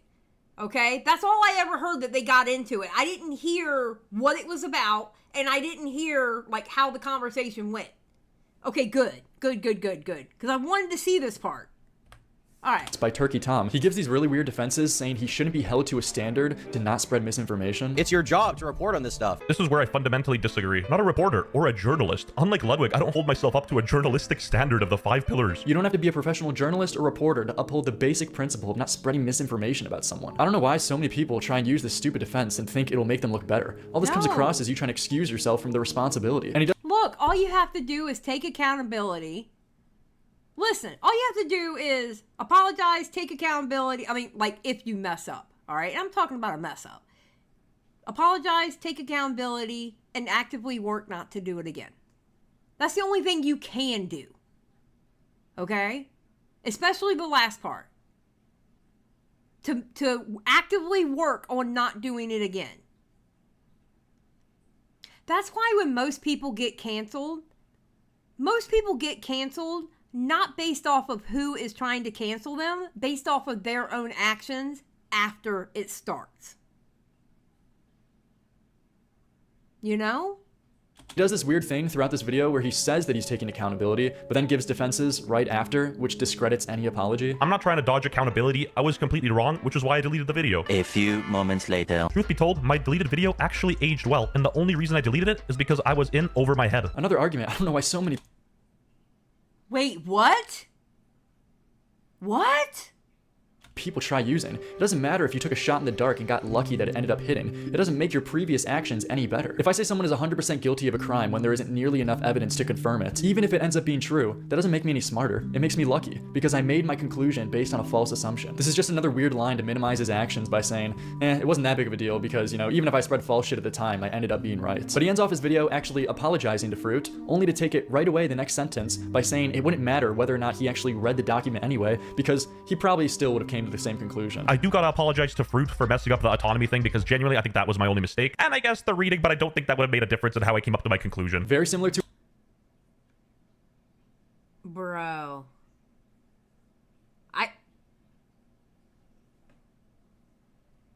Bro. Cheeto, because he couldn't just take the L, he made the situation a... Olivia, it sounds like it. It sounds like it, Olivia, not gonna lie. It certainly sounds like it. lot bigger and a lot worse. He got called out for this again in a video by Soggy Cereal and responded outright saying that he doesn't care about spreading misinformation. Because he was too lazy. 90 pages, bro. Ain't nobody got time for that. And that made extremely defamatory statements. Shut the f up, you nerd, bro. What are you talking about? He doesn't hold himself up to a journalistic standard. Look what you did, Turkey Tom. You hung out with Destiny once, so now you're trying to make commentary boring and gay. It's slop commentary. Why do people gatekeep and care so much? Worry about being morally consistent. It's so stupid. Worry about being morally consistent? Wait, what did he say? Standard. Look what you did, Turkey Tom. You hung out with Destiny once, so now you're trying to make commentary boring and gay. It's slop commentary. Why do people gatekeep and care so much? Worry about being morally consistent. It's so stupid. But you're not... Oh my God. And Stan, I don't know who Soggy Cereal is, but yes, apparently they are pissing off a lot of people. We're going to have to look into that because I have no idea.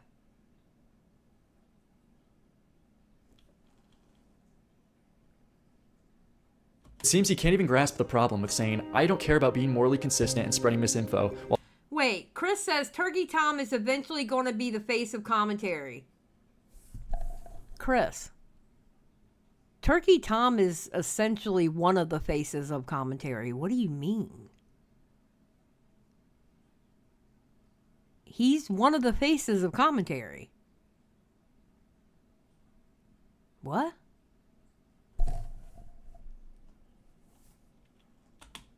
While simultaneously covering the most serious allegations on the internet that directly impact people's lives. One of the only goats left is Diesel Patches. His whole titles are essentially slander, and it's funny. It's literally not that serious. He tries to draw a comparison to Diesel Patch's obvious meme titles to him misrepresenting crucial details in a story about a girl getting pressured into sex. I mean, okay, I don't think I like this WestJet guy, and I understand why people don't like him. I get it. I get it now. I totally get it now. Why people don't like WestJet. I mean, do I even have to explain the difference between these? What the fuck was this point? But because WestJet follows me on Twitter and has DM'd me before, I wanted to ask him some questions about this. I write him to see if he would be interested in an interview call, which he declined, saying he doesn't want to bring any more attention to this and is taking the L, despite uploading the video I just showed you, saying that he doesn't care just hours prior. So I reply, I hear what you're saying, but is this what you mean when you say taking the L, attached with the video saying he doesn't care? I mean, this is just justifying / minimizing the situation by saying, who really cares, man? Just let me spread misinformation in peace. He responds, I mean, fair enough, but I already made my apology in the other video, addressed it on my community page. I wasn't spreading misinformation on purpose, so there's no point in me going on a stream to justify. Yes, you spread misinformation because you couldn't read. You literally couldn't read. Oh my God, these people are so idiotic. Oh my God. Justify anything. You know, strictly optics wise, that makes sense. You don't have to go on stream or have an interview. That's fine, man. I'm just saying you are claiming to take the L and have apologized for spreading misinfo, but then uploaded a video today saying who cares about it. Do you see how these are conflicting statements? It's one thing to meme about spreading misinfo on a stupid topic like Talk Tua or something dumb, but you are covering allegations that are putting people's careers in jeopardy. I mean, yeah, that's a valid criticism. Thing is, I didn't even know the person before I made the video, so it's not like I'm maliciously spreading misinfo on purpose. Wait a minute. I mean, yeah, that's a valid criticism. Thing is, I didn't even know the person before I made the video, so it's not like I'm maliciously spreading misinformation on purpose. You purposely didn't read the document, and you purposely inserted what you thought it was saying. So one could say that you purposely maliciously spread that misinformation. Like what?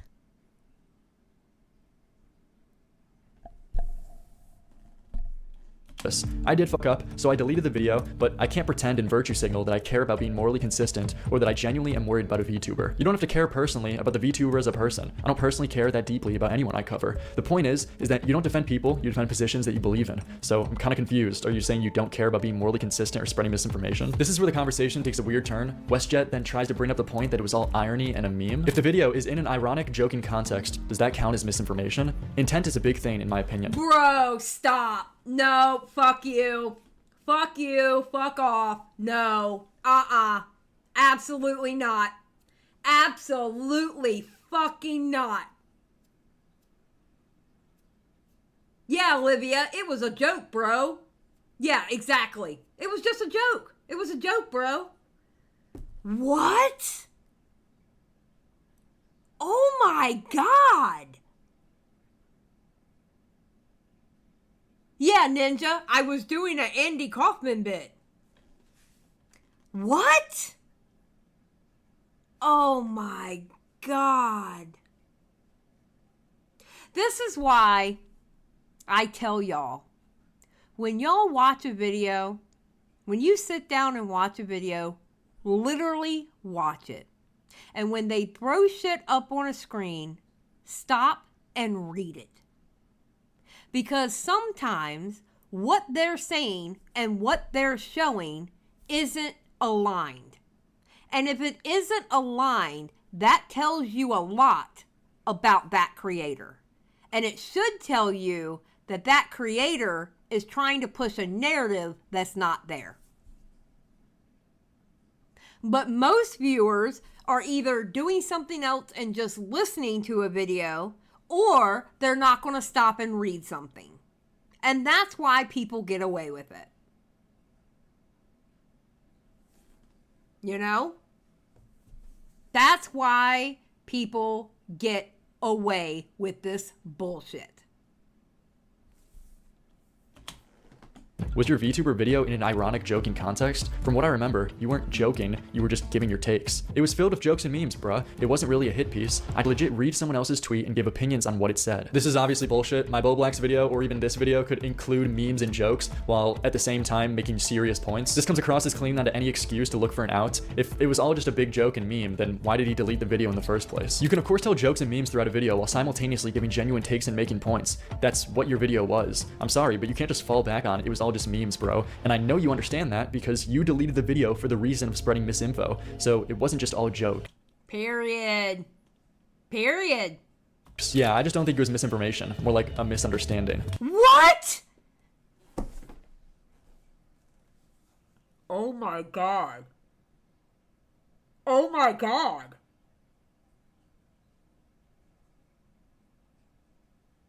Oh my god. What? What?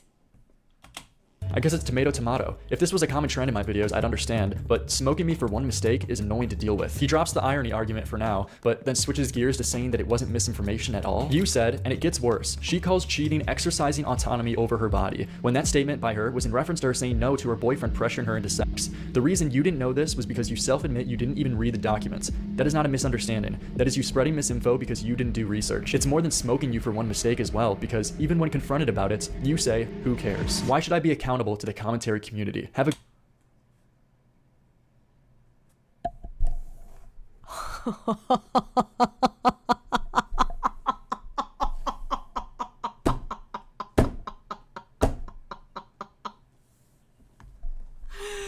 Oh man, why should I be accountable to the commentary community? Bro, they hate us. They absolutely hate us. They hate us because we call them out on this shit. But you know what? I bet you one day, WestJet, you're going to get into a really, really big drama. And you're going to want the commentary community on your side. So you're going to go to a member of the commentary community and you're going to get in their DMs and you're going to say, what do I do? How do I get out of this? I didn't do this. And quite honestly, they should literally tell you to fuck off. Oh my God. It's so funny. Bro, what? Because even when confronted about it, you say, who cares? Why should I be accountable to the commentary community? Have a good day, brother. The guy is shameless. He goes on to message me a few more times saying similar things until eventually a couple hours goes by and he tries to bring back the it was all a joke line and that he can't be held accountable because it was just a meme. He replies to the clip I sent him from his video saying, also, if you can't tell that's ironic, you're retarded. Just had to get that out of the way. It's slop commentary. Why do people gatekeep and care so much? Worry about being morally consistent. It's so stupid. So you're actually just using the it was all a joke line when all of your current takes in this chat and in your video show that you do believe in this sentiment. You can't even own the take, man. Jesus, you gotta kneel this hard and just pretend it was all jokes? Come on. I'm not, bruh. I literally said Diesel Patch's titles are all slander and it's funny. It ain't that deep, bro. And I brought up Destiny and called the content gay. How does that scream serious to you? What do you mean by own the take? You just said up here that you don't care about being morally consistent, but now are trying to claim that it was ironic. What was an ironic joke that wasn't serious and what was serious? Can you clear that up for me? No, bro. Just that specific clip. In that specific clip, you say you don't care about being morally consistent. You know that, right? So what was the joke? And yeah, I'm not morally consistent. I am biased to people I like. Yes. I just don't get what you're even getting at, in my opinion. And this isn't coming out of anger. I actually fuck with your content. I'm more so confused. Soggy called you out for spreading misinformation, and your response was, why do people even care that much, bro? That is what I'm getting at. And now you said that clip was a joke. So I pointed out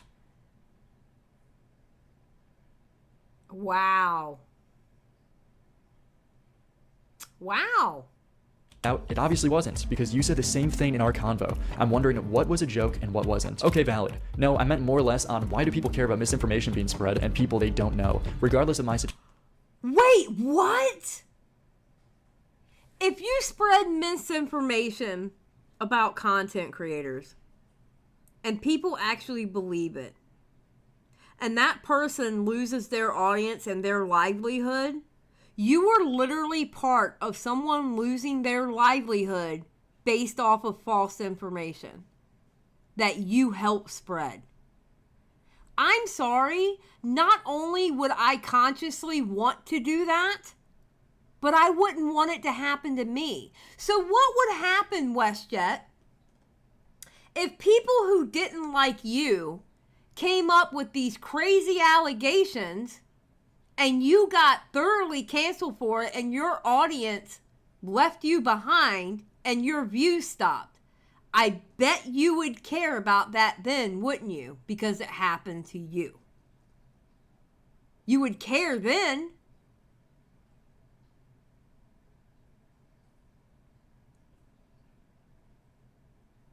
Exactly, Bored Kitty. People should care because when the tables are turned, you need people to listen to you. The last thing you want to hear from them is, why should we care? 100%. 100%. Yes. I agree. Yes. Situation. More of a broad statement. Like, I've happily spread misinformation before to slander creators like Average Jonas. I don't really give a fuck. But as I've said, this case was different because I've happily spread misinformation before to slander creators like Average Jonas. I don't really give a fuck. What? What? Wait, what?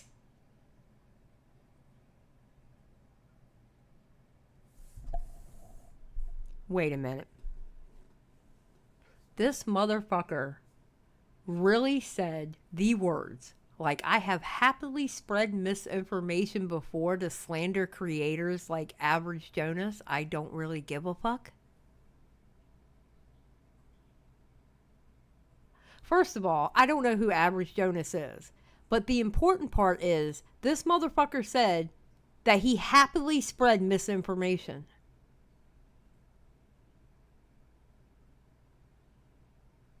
Spacefish, he did say the quiet part out loud. That's exactly what WestJet did. He said the quiet part out loud to Lerix.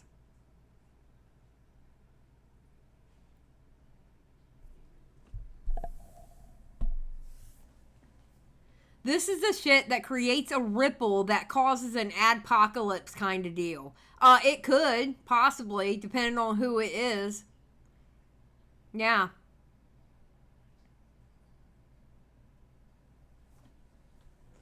If this Average Jonas person ever comes across this video, no matter what happened, they will now be vindicated, sadly.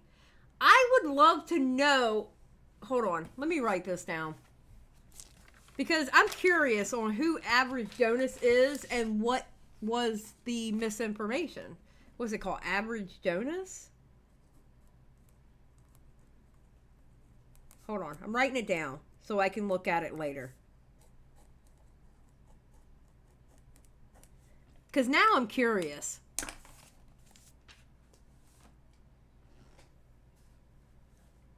it wasn't on purpose. Wait. What?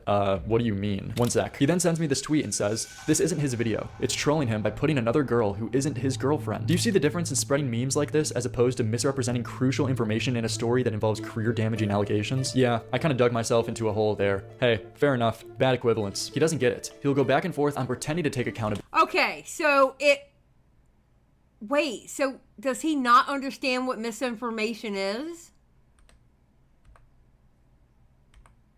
Wait, what? Wait, what? What do you mean? One sec. He then sends me this tweet and says, this isn't his video. It's trolling him by putting another girl who isn't his girlfriend. Do you see the difference in Wait. So you equated a meme to misinformation? Spreading memes like this as opposed to misrepresenting crucial information in a story that involves career-damaging allegations? Yeah, I kind of dug myself into a hole there. Hey, fair enough. Bad equivalence. He doesn't get it. He'll go back and forth on pretending to take accountability to justifying the same take minutes later because he doesn't actually understand the reason for what he's taking accountability for. It's just performative, and it causes him to be clueless and inconsistent when confronted about this. It's for these reasons that it's so unfortunate that videos like Raymundo's and Soggy Cereals both miss the mark so hard to the extent that they had to delete theirs because it makes it look like there isn't actually a huge problem with this side of YouTube. No, there is. There is a problem. There is a problem with stuff like that, absolutely. Bro. Oh my god. The takeaway from this video shouldn't be that if someone makes a mistake, they can never redeem themselves and forever will be taken as untrustworthy. That's why I wanted to highlight the difference between Critical versus a Cheeto and WestJet, because more times than not, it's never about the initial fuck up, but instead how you respond when called out. That's what I said. That's what I said. Lerix stole my comment. That's it. I want 10% revenue off this video, please, because I've been preaching that for like a year now. 10% of that revenue, Lerix, and I mean it, because you stole what I said all the time. 10%. 10. Okay? I'm not going to be like Essence of Thought and demand 30%. Okay? I just want a cool 10% off of what you make off this video. Okay? Just saying. But it's true, though. It's true. It's not about the initial fuck up, but instead how you respond when called out. Exactly. That is exactly it. Because listen, people fuck up. I say it all the time. Nobody's perfect. People will fuck up. People will get into their emotions, into situations, and fuck up. People will skip reading certain parts in a document which were actually really important and misrepresent it when the evidence was right there. People will always fuck up, but it just depends on how they react to being called out for fucking up. But Xylie, Lerix needs the money to get a haircut. True. Very true. He's starting to get like a reverse mullet. Did you notice that? Instead of short here and long back there, it's like his hair in the front is longer than the hair in the back. It's like a reverse mullet thing going on with his hair. Not gonna lie. He's got the reverse mullet going on. I mean, things are so fucked if you're at the point where you're saying that you don't care about being morally consistent, just blatantly live on air. How do you get that low? And not to be blackpilled, but no amount of calling this out will meaningfully affect these channels at all. Because for it to affect these people, it would mean that their viewers would have to care, which a vast majority just don't, and that's just the way it is. There's a very few amount of viewers who even watch these channels in the first place for any kind of consistency or accurate reporting. Mainly it's just popcorn entertainment, even for like the majority of people watching this video. The majority of you guys don't give a fuck, you just here for like a funny story. But I think it's true, actually. That's actually very true. Personally something that is worth putting together and calling out, and plus makes a pretty good video topic. So yeah, moral of the story, these guys fucking suck and slander people with seemingly no remorse. Oh my god, and he showed a Cheeto right at these guys fucking suck. Shots fired. Shots fired. A Cheeto, I need you to make a video back, okay? I need you to gather your army and say, I'm gonna get Lerix for talking shit about me. I'm gonna get them, okay? I need the content, all right? I would love to cover you and Lerix going back and forth. But you gotta call out Nick too now. You're gonna have to call out Nick too because, you know, he's got that 2-hour VOD about you. Do it, Cheeto. Do it. Yeah, Xylie needs a new pinball machine. Yes. Actually, no. No, we're not getting any pinball machines, no matter how much my husband wants one. No, Al, that's what we want. We want him to call out Lerix and Nick. Do you understand the content that I would get to react to if he does this? Listen, Linda, okay? I need this content.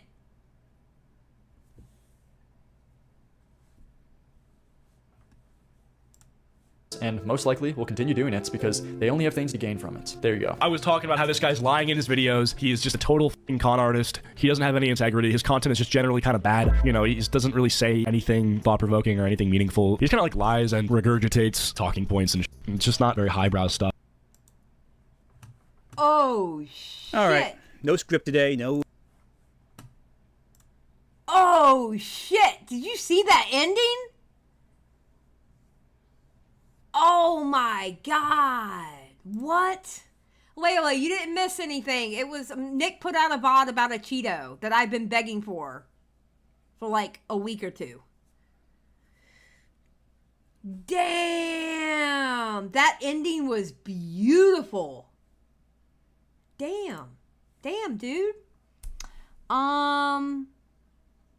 Asterati for 5. If losing the revenue off one video is enough to impact him that badly, he should get an IRL job. True.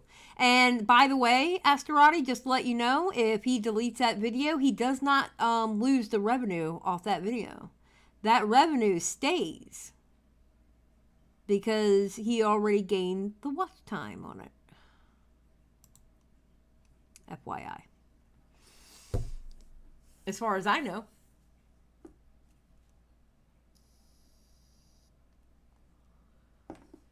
That wasn't shade. That was the whole fucking tree. True. That was good, though. That was a good video. That was a really good video. Okay. I'm not mad at it. Hell yeah. I just find it funny. All these... You know what? It was nice to watch a video about Slop content that didn't have pyrocynical attached to it. Because everybody is attaching pyrocynical to it. I think what people don't understand is most people who do Slop content will agree with you. Yes. Especially the live streamers. Yes, we do Slop content. And? What are you calling me out for? And? Yes, I do the easiest fucking content on the platform. I react to the videos you make. Thank you. And I do my best to not only respect the fact that you made the content and put the link to the actual video in my description, but I also try to transform it enough to where I'm not just sitting here watching the fucking video. Obviously. I still want to respect the fact that you made the video. Get on the people who don't do that. You know? And that's why I'm glad none of these mofos come after me. And I am small and insignificant. That is the one thing I like about that. Just saying. Oh, new video dropped on the second channel.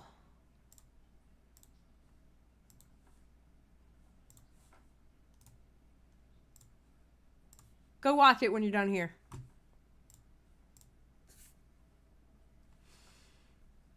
Xylie, someday it'll be us. Nah, I'm never going to be big enough.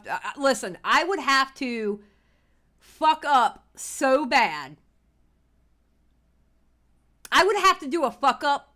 I would have to do a level of a fuck up like I did possibly last year. And I actively make sure that doesn't happen again. You know? And here's another thing. I don't have a problem admitting when I do something wrong. I don't have a problem apologizing when I do something wrong. And I also don't have a problem to learn from that mistake too. Why? Because I am a grown-ass woman. And I understand, as a grown-ass woman, that people fuck up. Plain and simple, people fuck up. The only thing you can do is learn from it and move on. And a lot of people have that problem.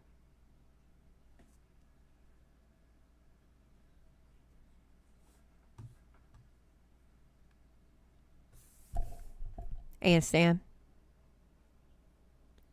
do you want to keep typing in my chat?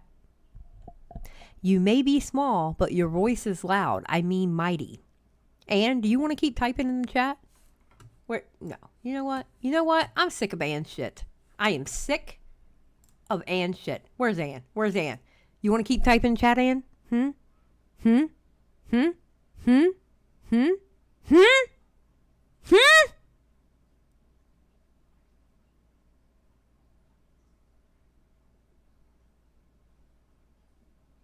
Do you want to get hid?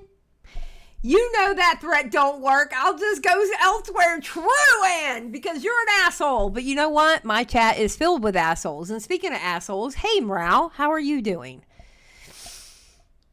Number one asshole right there. What is up, Mrao? No, my chat is filled with assholes. Y'all are unbearable. Mrao says, "Come on, man. Listen, Linda. Okay. If I don't yell at y'all, I feel like y'all would think something's wrong with me if I didn't yell at y'all. Honestly. I feel like y'all would feel abandoned if I didn't yell at y'all. We're angels? That's a goddamn lie. First of all, you're in my chat. There is no way you can be an angel in my chat. Okay? Second of all, even though the smartest people come into my chat, that doesn't not necessarily mean you aren't a bunch of assholes, because you are. True, Olivia. Morale, eating tater tots and chicken. I love tater tots. I love tater tots. I'm sorry. Yes, you're gremlins. All of you are gremlins. Honestly, that should be your nickname. Gremlins or little demons. I like that one too, Olivia. Olivia, you've never had a tater tot? Wait, Olivia, are you from the United States? Wait, I gotta ask this. Olivia, are you from the United States? No, I'm from the EU. Okay, makes sense. Makes sense why you've never had a tater tot. Okay, I'm not gonna judge you. I'm not gonna judge. You see what I did? I did my research, and then I said what I was gonna say. That's the problem with slop content. Tater tots are amazing, especially if made well. Morale, where's Morale? Morale just asked me a question, and I'm trying to find where. Oh, how long do you usually stream for? Usually anywhere between 2 to 2.5 hours. Today has been longer because I watched 2 videos.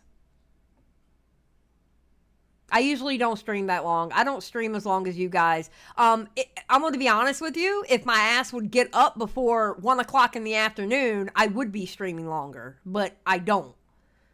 I can't get up. No, 3 hours is not the record. You want to know my record for streaming? 13 hours. I've done a 13-hour live stream before. Not on this channel. On this channel, I've done 9. Harley Quinn, the leaks were two live streams, 8.5 hours each. I think like a 9.5 hour stream. It's back in the day when Edwin used to come up on my channel.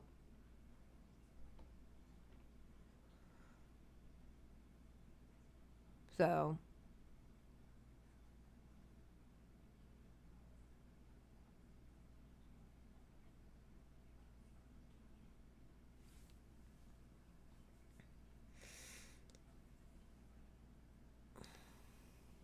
Yeah, I'm not. Listen. I can't do those long ass streams like that. Oh, and Stan, you're right. 10.5. You're right. Chill streams used to range from 6 to 10.5 hours. You're absolutely right. Yeah.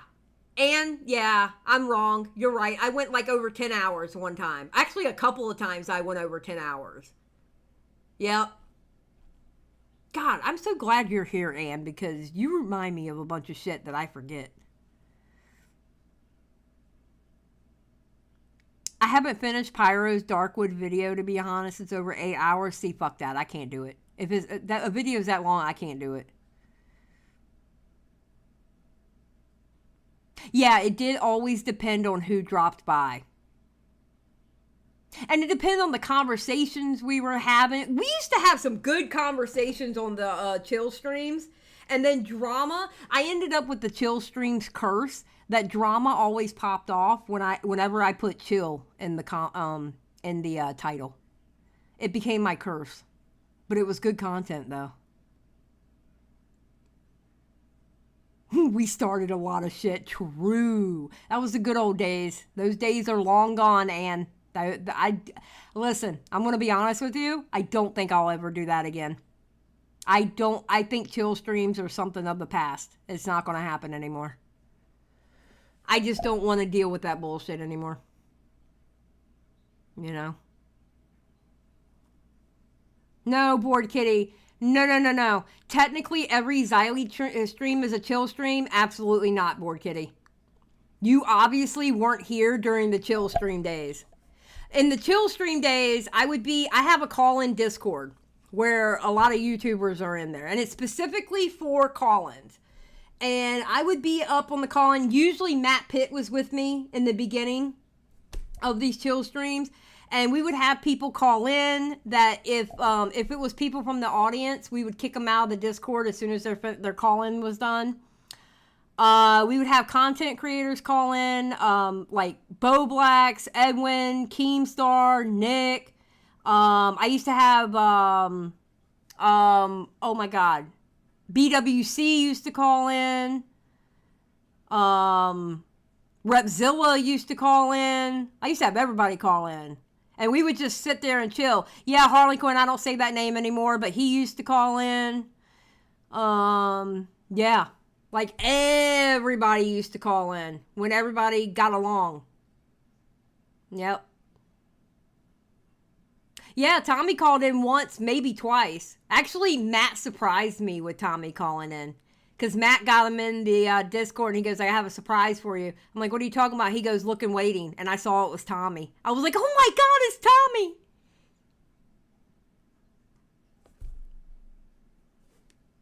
So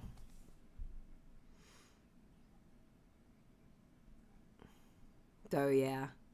Those were fun days. But honestly, the shit that I got for doing those chill streams, yeah, I'm just not in the mood to deal with that shit anymore. Yeah, and Stan, they were a great time. You had to be there type deal, yeah. Yeah, because I always made them members only. Always made them members only. True that. True that.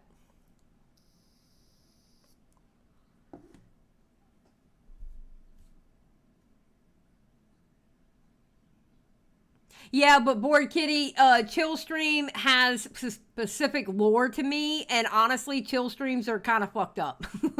That's why they were called Chill Streams.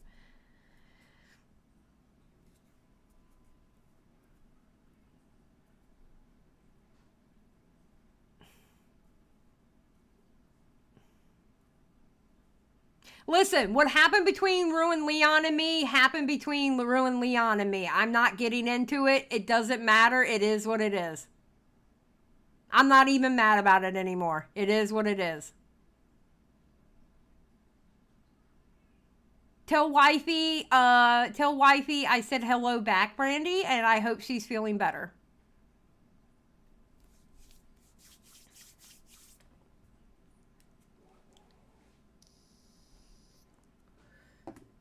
So,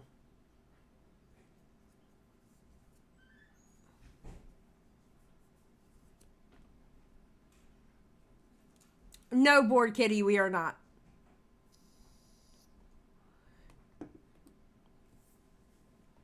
Is Beckett live? Hold on. Let me see. Because if Becca's not live, I'm not raiding into him. Becca's not live. But you know who is live? Tommy C. And guess what Tommy C is doing? He's playing Fortnite with Nicholas Diorio and Chud Logic. So that's who I'm sending you to.